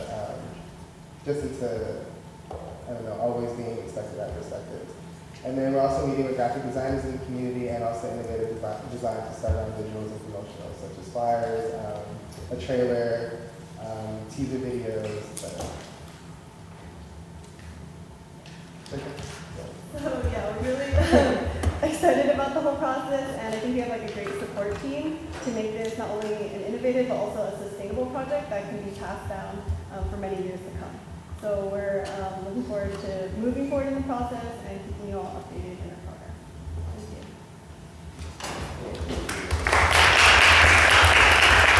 So we'll now move down into questions. I'll start a speakers list which will not be up on the screen, but I'll keep track of it. So Senator Weed, then Senator Kleinman, then Senator Trump. With the earlier date for the fall, that's like right when school starts, what will be the process for like will performers need to like get to whoever the new director of Perspectives is at that time, like over the summer to like save a spot, and just because it's not a lot of time for groups to prepare what they're performing and things like that. So I just have like logistical questions surrounding that issue. Well, I'm currently doing it fifth year, so. Sorry, I apologize. Oh, sorry. I'm currently in the process of appealing for my fifth semester, so I'll still be active director, and at that time I can, even while planning in the summer with the groups, I can help transition into director. Did that answer your question? I guess I'm just concerned because it's only a couple weeks of school when the showcase will be, which I think is really cool as like a new opening to the agency for students and things. But just because like a dance group, for example, takes an entire semester to like perfect a performance. So like, what's the logistical aspect of them having to perfect something in just like a few weeks? I guess. Well, especially since they'll definitely be performing at the festival. These student groups, they can either use that same performance and even make it better over the summer after that. So. Next we have Senator Kleinman. Yeah, I had a similar question. I just also am a little bit concerned that like student groups don't really get started. If they do, would be like probably that week, and I just would be a little bit afraid that freshmen wouldn't get a chance to perform in this show because they join student group and then a week later they're like doing a huge performance. Might be a little overwhelming. So I was wondering if you had any approaches to tackling some of those, maybe issues about like getting, I mean, the first one, I mean, getting the involvement from freshmen, and then kind of the second question about promotion. It starts like the first or like third week of school. You look at like CalSO to promote it to freshmen, because I mean upperclassmen won't go because they know what it is, but for freshmen, I guess like the dorm life would be places you would have to look to get some promotion out. Yeah, we're definitely looking to market to freshmen, especially like we were thinking of putting flyers in like the CalSO folders, and then also heavy advertising in the dorm rooms and during welcome week. And then I also do work with the Black Recruitment and Retention Center, so through those outlets, through bridges and everything, they can be notified at some of the also. But in terms of, what was I gonna say? Oh, the September 19th tentative date that was put up for the fall semester, that can basically change just because Zellerbach has, like, there's nothing going on in Zellerbach in the fall semester. So it's like, that date can get hit, it can hit October, it can stay in September. So it can be flexible for freshmen that are interested in performing. Okay, next on the speakers list is Senator Chung. Hi, thank you for coming in to present. I just had a question. So if Perspectives is going to be in Anahead, which is a free venue, how are ticket prices going to be impacted this year for the spring, for the teaser? Do you know? For spring, we're planning to sell them at cheaper prices, probably like $5 or so, and then fall is when we're up. Senator Rocky. So, as a smaller event, will the spring event be more exclusive to performance groups, or will the 3-day or 2-day festival make up for that and allow all the groups who want to perform to perform? The spring festival will be a little bit more exclusive just because of the performance time. But in the fall, then all perform, like basically everyone that's wanting to participate, that most definitely can. Just as a side note on that, when I was in the conversation with health performance, it's also like the festival format is not fully like set yet, but there are a lot of groups that successfully use the 3-day festival format and sell out, like Jenny Monologues, for example. So the idea with this is that we would be able to mix and match the types of performers that have a certain draw, so that people who come to see one type of performer will be exposed to other groups across a 3-day period that may or may not have the same performers on every single day, so that multiple groups get a chance to perform, and each day could possibly have like a unique draw. We won't know whether that's possible until we've started having auditions to see where we can place people, but that's sort of a possibility. It's essentially Cal's Coachella, so. Yeah, so next on the list is Senator Lee. Yeah, I just wanted to make a quick comment about making sure that we give time for our dance groups or any type of group that's performing in Perspectives to have time to recruit for themselves and so not to miss out for it.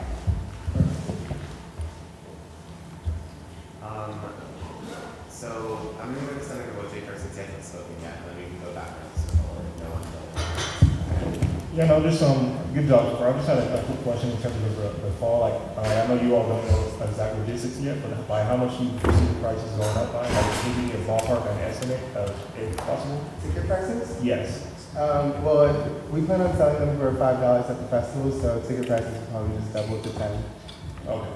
Thank you. Okay, so other people who haven't spoken yet, Senator, how do you feel? Hi y'all, I have I guess two-ish questions. First is how much more money do you expect to raise in the fall? Because I know Perspective usually sells out in Zellerbach, even though with the other issues. And then I also had a question about how much does the festival plus the actual event actually cost, and what's like the deficit that's being run every year in the current format, just so I can understand like how much money needs to be raised through all the fundraisers, etc., to make sure that it's a sustainable program. Okay, so what was the first question? The first question is like how much more do you expect to make switching from spring to fall, just in terms of the big event, not the festival event, and then how much extra do you expect the festival as well? How much extra do you expect from the festival? And then the last question is how much is the deficit that's being run each year in the current format? Well, the extra money that we would be receiving from the festival would have been the money that we would have used to pay for Cellar Block, which is about 15,000. Okay. So we can preserve that, and that would roll over to help fund for the fall show. Okay. Plus, we're also looking up our current captive application right now to see if we even get the next 30,000 or if any more money is being dispersed to us. Okay. And just to follow up a little bit on that too, the idea with the original CACSIF grant is that it would last for 3 years, which we're almost out of, so that we could create a sustainable funding model where 1 year of perspectives generates enough money to be able to do the next perspectives indefinitely. We've now depleted 2 years of CACSIF funding, and we have a third one, and we have not made enough money from one perspective show to do the next one. Do you get what I'm saying? It's like the goal is to be able to make enough money off of the fall perspective show by slightly increasing the ticket price, by having less competition from other shows because there are hella shows in the spring, and then by doing advertising to like excited, bright-eyed people who come in and want to see something exciting. And the idea then becomes that like we can sell out Zellerbach at a slightly higher ticket price so that we can fully pay for the cost of Zellerbach out of whatever money is raised, and then the $4,000 that the ASUC allocates every year can be used for other things like camera work and like those types of expenses. But like we're just very far under the current model from something that's sustainable, and we're doing our best to try to like make the show generate enough money for the following year. Okay, so these are all spoken. We're going to go to Senator Week, then Senator Chung, and Senator Rocky. Just when's the deadline for groups to get back to you all this semester if they want to audition and perform? Because the lead singer sent an email calling for performers, and I forwarded it to all the dance groups on campus, but I don't think it said the deadline unless I'm incorrect, but I don't think it did. The deadline for what? For them to get back to you if they want to perform or be part of it. Oh, well, I would say by the end of next week. So whatever Friday that is, that'll be the community deadline. 14th. Thank you. Okay. Senator Chung. So I guess I kind of have 2 questions now. So the first one is, if students are only going to be given 1 more week to decide if they can perform or not, how many student groups do you have right now that are already confirmed and can perform at this year's Perspective Showcase? As of today, when we checked your emails, we had 11 groups already interested, and we're only planning on having 15, like 5 each day. Okay, and then I have 1 more question. So you mentioned how you would have 5 different performances every night. Is there going to be a program that says what performances are happening? And do you think that it might actually reduce the amount of people who actually can see a really diverse show because they're going to attend the shows where I know the student group, I know someone in there, that's what I'm going to attend. So it might not get a wider viewership for people who are outside of those groups. How do you plan on working with that? I mean, to go back to what we said earlier, is the idea is that we are trying to confirm the groups for the spring festival sooner so that we can mix and match groups that would not normally have the same draw, right? So maybe we're pairing someone from Cal Slam with somebody who's doing a dance group with somebody who's doing something totally unrelated, so that 3 different niches of people who might not otherwise go to each other's performances are then exposed to performances from other groups. Okay, Senator Rocky. So, it sounds like the proposal or not the proposal, but the new idea for financial sustainability is very forward-thinking, and I appreciate you guys coming in and reporting on that. I wondered whether it would be possible to see a budget, or not a budget, but all those numbers written out so that we can have an idea of how many tickets we would need to sell in the fall to break even or to make the program sustainable.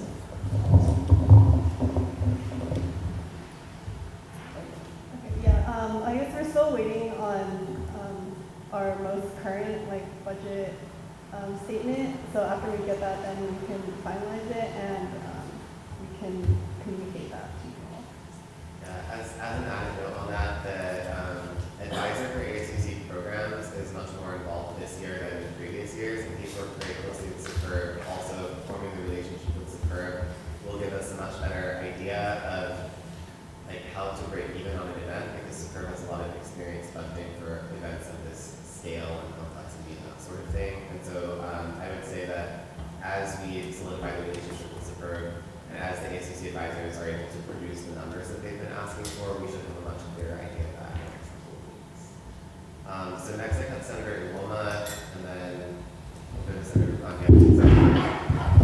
I just want to thank you all for like just putting this work in like for perspectives, and especially because it kind of, especially as a freshman like working on this, I think that's important. And Darren, thank you for like providing like that mentorship and stuff too, so we can continue to have like this transition, especially like doing something that's new and different. I know that can be challenging. I know we're asking a lot of questions, but I just want to say like we definitely selected you as a body to like work with us, and we do trust you all on doing all this work. So I just want to thank you all once again for doing this and like doing the work that is needed to like create change and making our university and the ASUC like better looking to the campus. So thank you for that.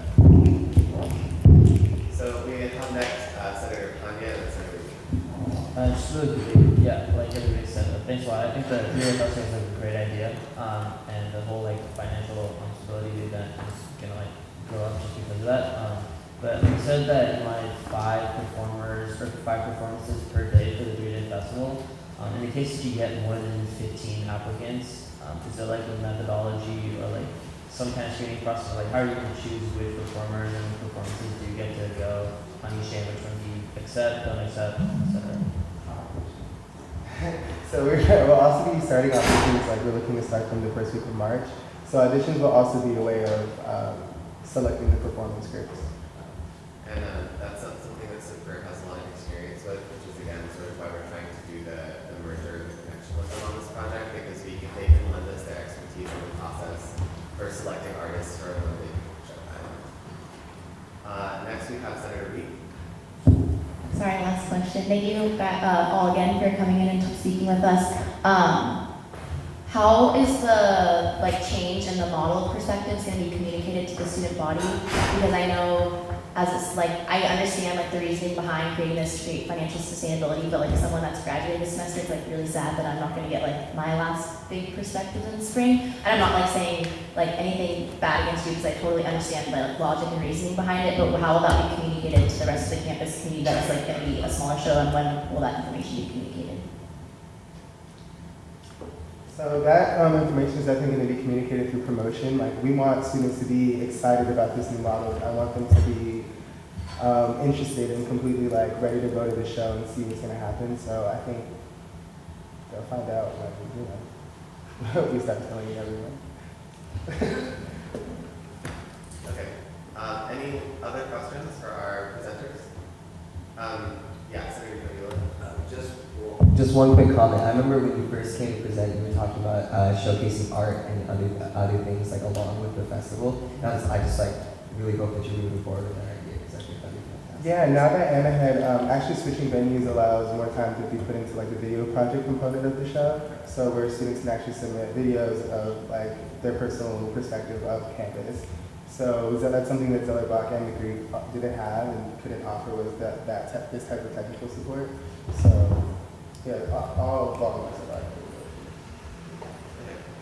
Other questions, comments? All right, if there are none, thank you both for coming in.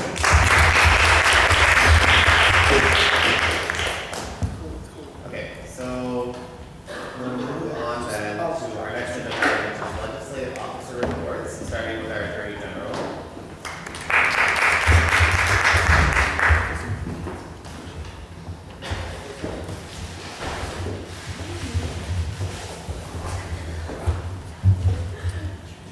Good evening, everyone. Thank you. Not to sound too repetitive, but a lot of what I've been doing lately is still about the bylaws overall and elections. So I hope you don't get too bored with that too quickly. Just on the elections front, and I know that Gina's here and she'll probably elaborate on that more.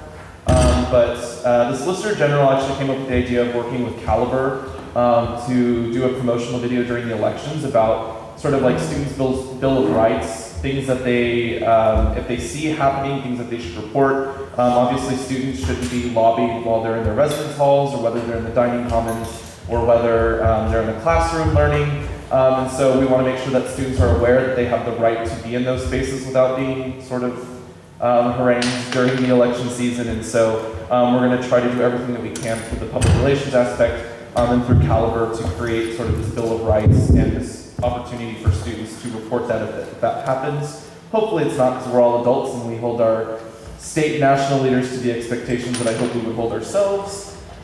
I could be naive in that assumption. I'm working with the webmaster on reforming the position and moving that out of a stipended position, which sort of just incentivizes producing at the end of the semester, as opposed to if it was an hourly position, then it would sort of incentivize producing hourly. So if you have any ideas regarding the webmaster position, if there's anything specific that doesn't exist now or that you haven't seen before, that we have the opportunity to integrate in the new description of the position, please let us know. Conrad and Senator Tam will go over this more during his report. We're organizing a Google Drive for the bylaws as sort of this very public online repository of information so that people who are not on Conrad, which is a lot of people, can sort of go online and see the changes that are going on in the bylaws as they happen to make sure that it's absolutely as transparent a process as possible. So that's going to be available, and we'll sort of advertise the drive and so that we can see those changes as they happen and make sure that nothing gets left out in the transition to the new bylaws. I'm meeting with the office manager on Friday to go over making sure that the bylaws that we currently have been updated since last semester. I know that a lot of you have asked about new versions of the bylaws on our lovely Microsoft Word documents that you have to download from our lovely website. So we're going to make sure that we update it so that you all have the most recent version of the bylaws. Also, a lot of people have been asking about language regarding referendums. Maybe it's referenda. But a lot of you have been asking questions about that. And so what I would just generally suggest is that the process is that 2/3 of the Senate or 10% of the student body, which is like 3,700 students, have to vote to put something on the ballot for consideration in the elections. And so obviously something that's labor intensive, we should be getting done ASAP, especially if it has to do with student fees. I know that's been floated around because we have to get clearance from the UC Office of the President regarding student fees. And so please, I watched on YouTube 2 attorney generals ago getting like eaten alive during the Senate meeting because she like dropped the ball on it, and I don't want to be her 2 years later. So if you could not put me in that position, I'd be super appreciative. Other than that stuff that's not listed in my report because it's just sort of recently happened, everything else is really the same. Going to Conrad, going to the Senate meetings, sending out the forms. Again, if you're not going to be your party signatory, then you really need to submit the transfer of signatory party form as soon as you can. Please make sure you sign it and then give it to me, or sign it and scan it to me. I can't take italicized fonts as signatures. Senator Feynman. Also as another reminder, your lobbying requirement is coming up soon as the election's also moving closer. So please touch base with either Conrad or me specifically on the language of the bill and requirements. Senator Truex is the author of that bill. I'm sure she can elaborate on that for you. And then also the dates regarding the elections I'll be putting weekly in the report so that way you have that. As a reminder, the informal information session is tentatively scheduled for February 28th. The mandatory candidate briefing is on March 18th, and the elections themselves are going to be 8th through the 11th. Are there any questions?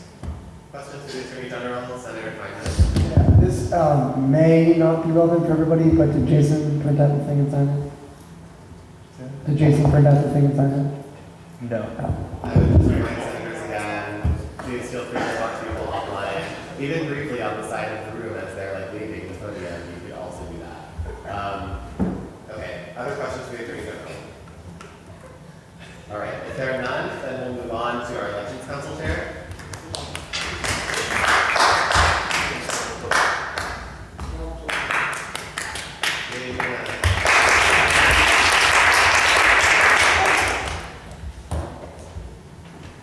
Hi everyone. I know you have all not seen me since winter break, so I hope you all had a splendid one.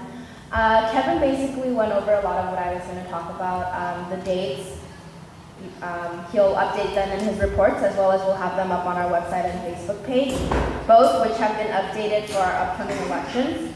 So everything from last year has been taken down, and we'll be putting up the dates and relevant information as time moves forward. And we're also working on the new tabulator, which I know you all are looking forward to. This will be a transition. It won't be a sudden move into a new tabulator. We will be using the old tabulator to make sure that we do the proper data testing. We do everything we can to make sure that the results are accurate. And we'll be doing that for, I would say, a good 2 years before we get rid of the old tabulator. And then the ESC will be coming in this month to be confirmed. I don't know if Conrev has mentioned it. We're hoping to place a fourth non-voting member that can, hopefully, if you guys are choosing to transition members from the spring into the fall, someone will be here to transition into that role. Yes. Any questions? Yeah, Senator Rocky. Thank you for coming in. I was wondering if you could share whether there's a place on the website or maybe elsewhere where the statistics from the election are posted, such as how many people vote. Oh yes, really exciting. Actually, I didn't know this, but our tech coordinators put up a Google Analytics program that was linked to our webpage. So it kind of shows you how many votes came in on certain days. I don't know if we can go into specifics of like to the hour, to the minute, but we can definitely look into that. And I can forward that to the email that is linked to all of you, right? Send it at ASUC, correct? Yeah. And I can send that to you guys. I don't quite remember the number off the top of my head, but I know it's in the daily cal, and I know we have reports of what that number was from last year. And I can bring that all in next week so that I'm not giving you false numbers. I actually have a question as well. Yes. The polling data that you all have, does it break down by location so you can tell how many people voted at which polls? We can look into the IP addresses, which is kind of what we did, and that's kind of the reason why we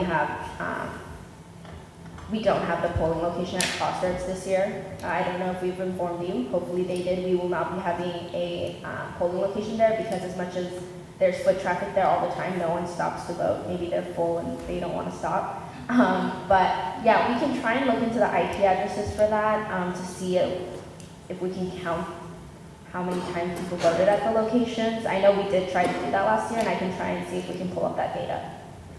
I was just curious, only because Gina's very honest and will probably not say this about herself, but like one of the decisions they made last year was to close some number of polling locations, which are very expensive to run, and put that money into promoting the election through like advertising and banners and stuff like that. As you all know, last year was like a record turnout year for ASUC elections, and so I was just curious if you all had made other decisions like that, but maybe. Yeah, no, thank you.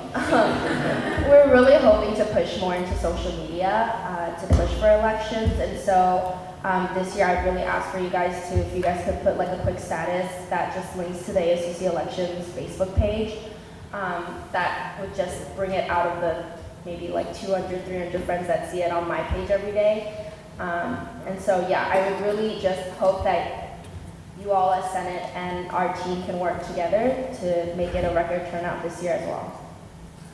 Awesome. Any other questions for our elections council chair? All right, fair enough. Thank you, Gina. Awesome. So next we'll have our marketing and communications director.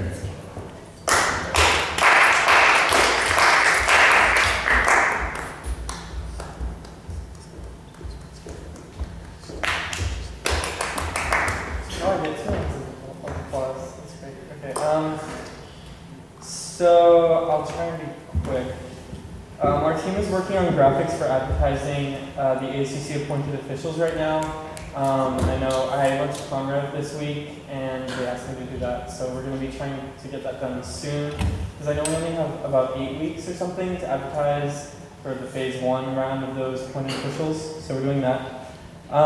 In terms of the website project, we're working on building a really thorough about section of the website, and we're working with EVP Projects and Development to incorporate information from the ACC Wiki and also information from the ACC Town Hall on the new ASUC, which happened last year or last semester. And then this week we also looked a lot at the structure of the website. Right now it's kind of difficult to find what you want to find on the website, and everything's kind of organized in a haphazard way. So we're reorganizing things around to make it make more sense. And if you're interested to know like what that organization is, you can email me or talk to me after. And we're also going to be building subdomains for each executive office. So like evp.acc.org and senate.acc.org, and that'll make things a little easier to have official websites in a centralized place. So that's all I have. Any questions? Questions for our marketing and communications director? All right, very much. Thank you, Joe.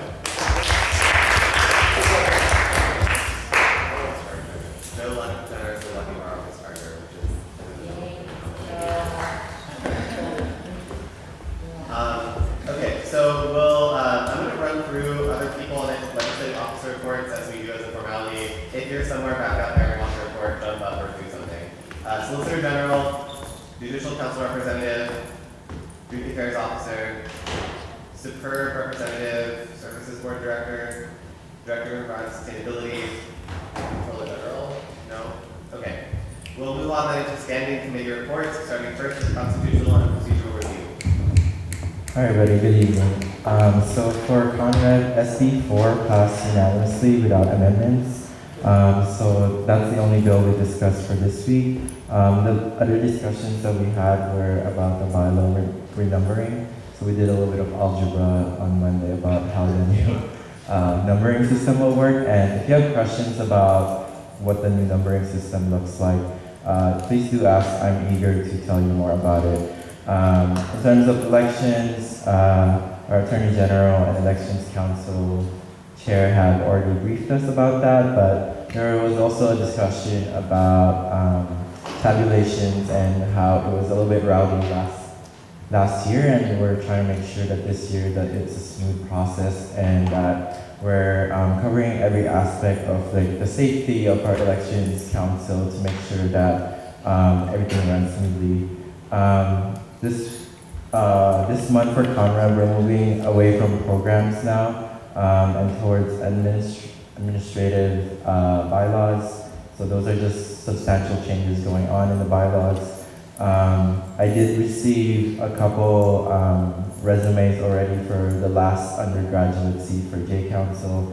So we will be discussing at Conrad at some point J Council nominations and talking with the EVP legislative team about the timeline of the appointed officials. We do agree about the two appointment process, especially preparing designates for specific appointed officials. That's about it.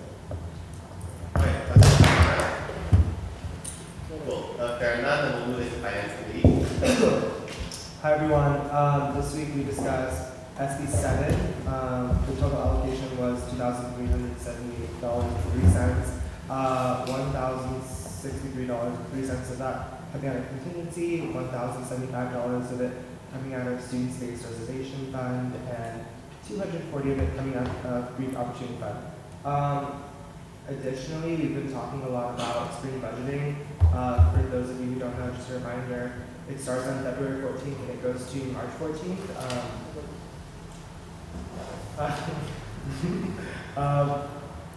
To promote it and kind of explain it more, Dennis and I will be hosting 5 workshops all across campus to hopefully mitigate a lot of the issues that usually arises from budgeting. Additionally, a video will be made to clarify the process. It'll be kind of like a walkthrough. Corresponding with that would be a quiz. You have to pass the quiz in order to go through the form. So hopefully that will take away a lot of the issues that FICOM has been dealing with at the beginning of the semester. So the FICOM actually doesn't have to do that. So if anyone has any questions about spring budgeting, once again, send me an email. Definitely encourage your student groups to come to the workshops. Thank you. All right, questions for Finance Committee? Senator Wojcik. Yeah, good job, Michael. I was just going to ask some student groups were asking if, let's say, we receive money from the student reservation fund, or if that affects their chances for this semester as well. So if they received it last semester, does it transfer over this semester? No, does it affect their chances to get funding for this semester as well from that same fund? No, I mean, I think we put a soft cap on how much we give to each student group for student-based reservation fund, just so we can make sure that it goes to all student groups. But if you have that cap, I think you can. All right, so if there are no other questions, then we'll move on to University and External Affairs. Hello. So I will read off the bills that have passed, which were all of them, except one was tabled. So, SB3, a bill in support of We ARE, Athletes Reaching Equality, R, Pride, was passed.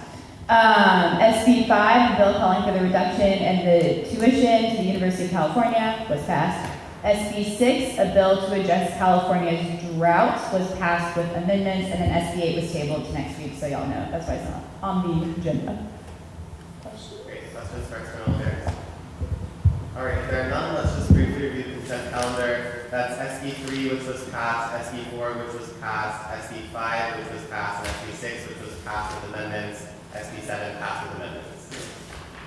Are there any senators who need to pull bills from the consent calendar? Senator Rivers.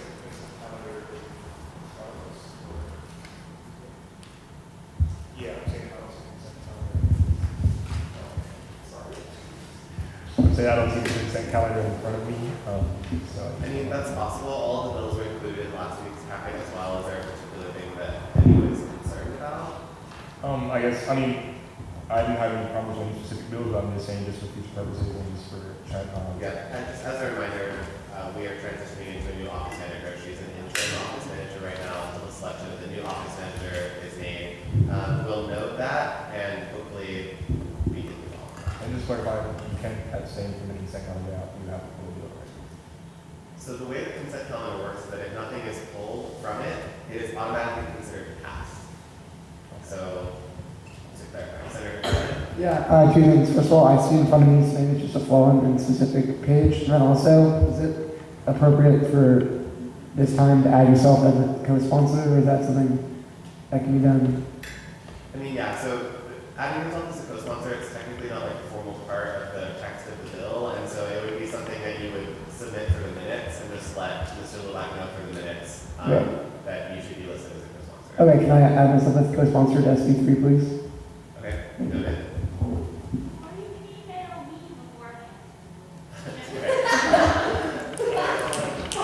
Senator Truax, comment also noted. Anything else on consent calendar? So if nothing is being pulled, we'll move on and consider consent calendar passed. We'll move into immediate consideration, which there is none of because nothing was pulled from consent calendar. We also don't have any old business this week. Are there any special committees that need to deliver reports? There are no special committees that need to deliver reports. We'll move on to ASUC representative reports and directly past it because we're not doing that right now. And into elected official announcements. Oh, right. Let's start with Senator Truax. Two quick things. If you're wondering who the very beautiful woman and handsome man behind me were going to the meeting, those are my parents. So, in case you're wondering, that's there. The other thing, sorry, my throat. There is a guest speaker doing a book tour next Friday, a week from this Friday, which is Valentine's Day, but it's during the day, it's at noon. The author is named Ari Shavit. He wrote the book My Promised Land, which is like the bestseller, one of the bestsellers on the New York Times list. I do not know where it is, but that information will be provided to all of you.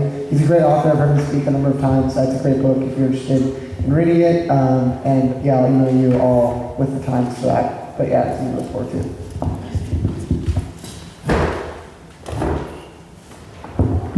Peace, y'all. Hope everyone's doing good. We had a really successful cultural competency meeting last week. Pablo was there, Shannon was there, and it was actually really good. We got good input and good ideas moving forward on how to move forward cultural competency on this campus. So if anyone's interested, still do want to be involved in the conversation, being part of the meetings, your input is greatly appreciated. You can talk to me after. Also, just talking about us as ASUC supporting our student body, it would be dope if I could come to some games or something like that. I saw Pablo and LB were at the Arizona game. Oh, you were there too. And Graham was there too. But we're pretty fired up. We're pretty fired up at the game. I think it's pretty good as us as a Senate go to support our team will be pretty dope too. So that's all.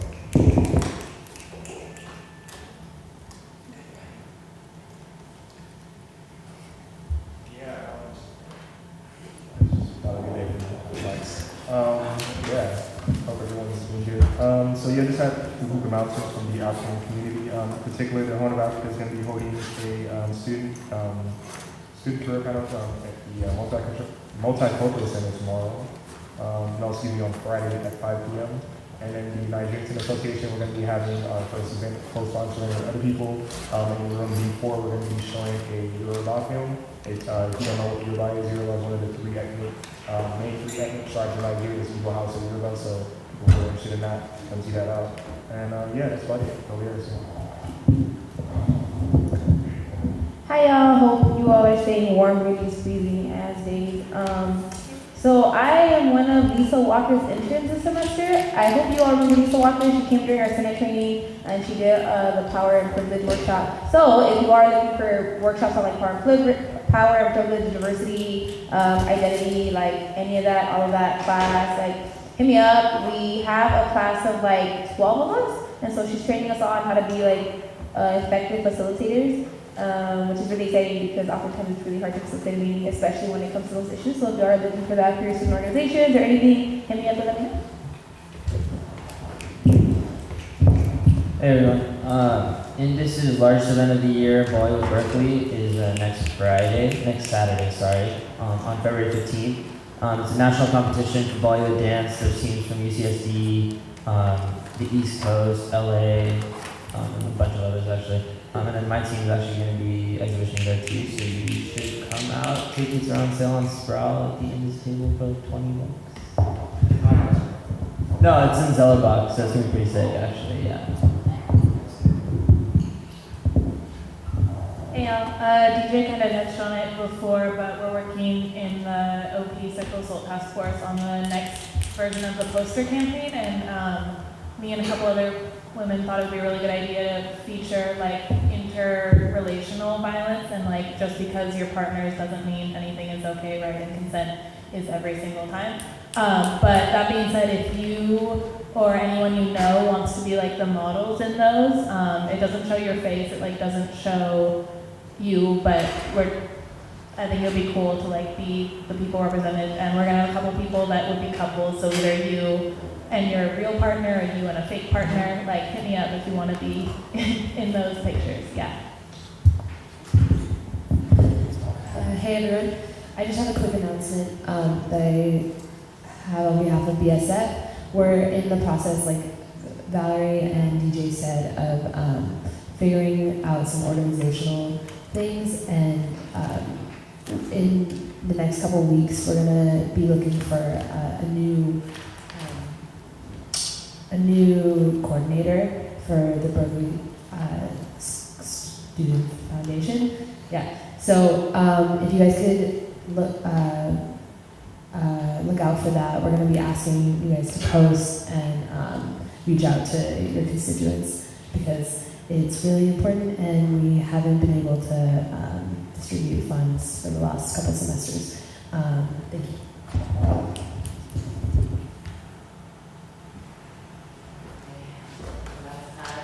I announced this for the Asian Pacific Islander Welcome Day. It's Saturday, so y'all time is gonna be up in Evans. We're gonna have free food. I'm gonna try to get some free boba, but we'll see how it goes. You know, we're trying to be fancy, so please come. It'll be fun. It's 1 to 4:30 for the workshops, and 4:30 to 6 for API Palooza, which is on Sproul Plaza. So come out. Hope to see you out there. Also, yeah, I saw something. Thank you. Oh, it's like up in Evans, like 60 Evans.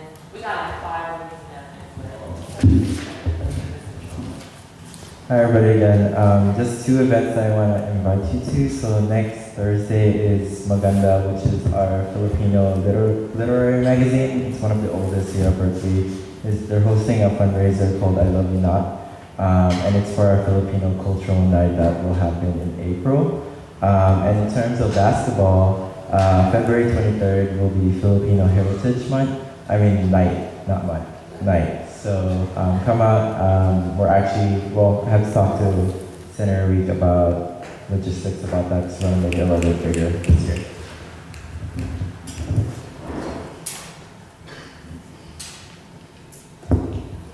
So I was contacted by someone from the Delft University of Technology, which is in the Netherlands, and they are part of their student government there, and they want to meet with our student government. And I'm taking them on like a tour and just meeting with them to talk about like life as a Berkeley student. I'm really interested in like digital education and just learning more about like how the ASUC works here at UC Berkeley on Wednesday, February 19th, either around 3 p.m. or 4 p.m. So if anyone wants to meet, so I'm not like one person with a bunch of people that don't speak that well of English, so I can like kind of translate everything that we do here. That'd be really awesome, so I'm not by myself. And then, no, that's it. All right. So, one last reminder before we get into roll call is that if y'all feel like being fancy, next meeting is the time. Yeah, reminder. Okay. So we'll move that into our final roll call of the evening, starting with Senator Chow. Senator Shaw. Senator Feynman. Present. Senator Iwoma. Senator Kong. Senator Meade. Senator Mohammed. Senator Mullen. Senator Boche. Senator Pacheco. Senator Kanya. Senator Quinn. Senator Rocky. Senator Shen. Senator Stone. Senator Tan. Senator Truax. Senator Capilla. Senator Wheat. And Senator Wu. Senator Mullen, Shen, and Wu. All right. Polls will be closed and we will be adjourned at 9:33 if there are no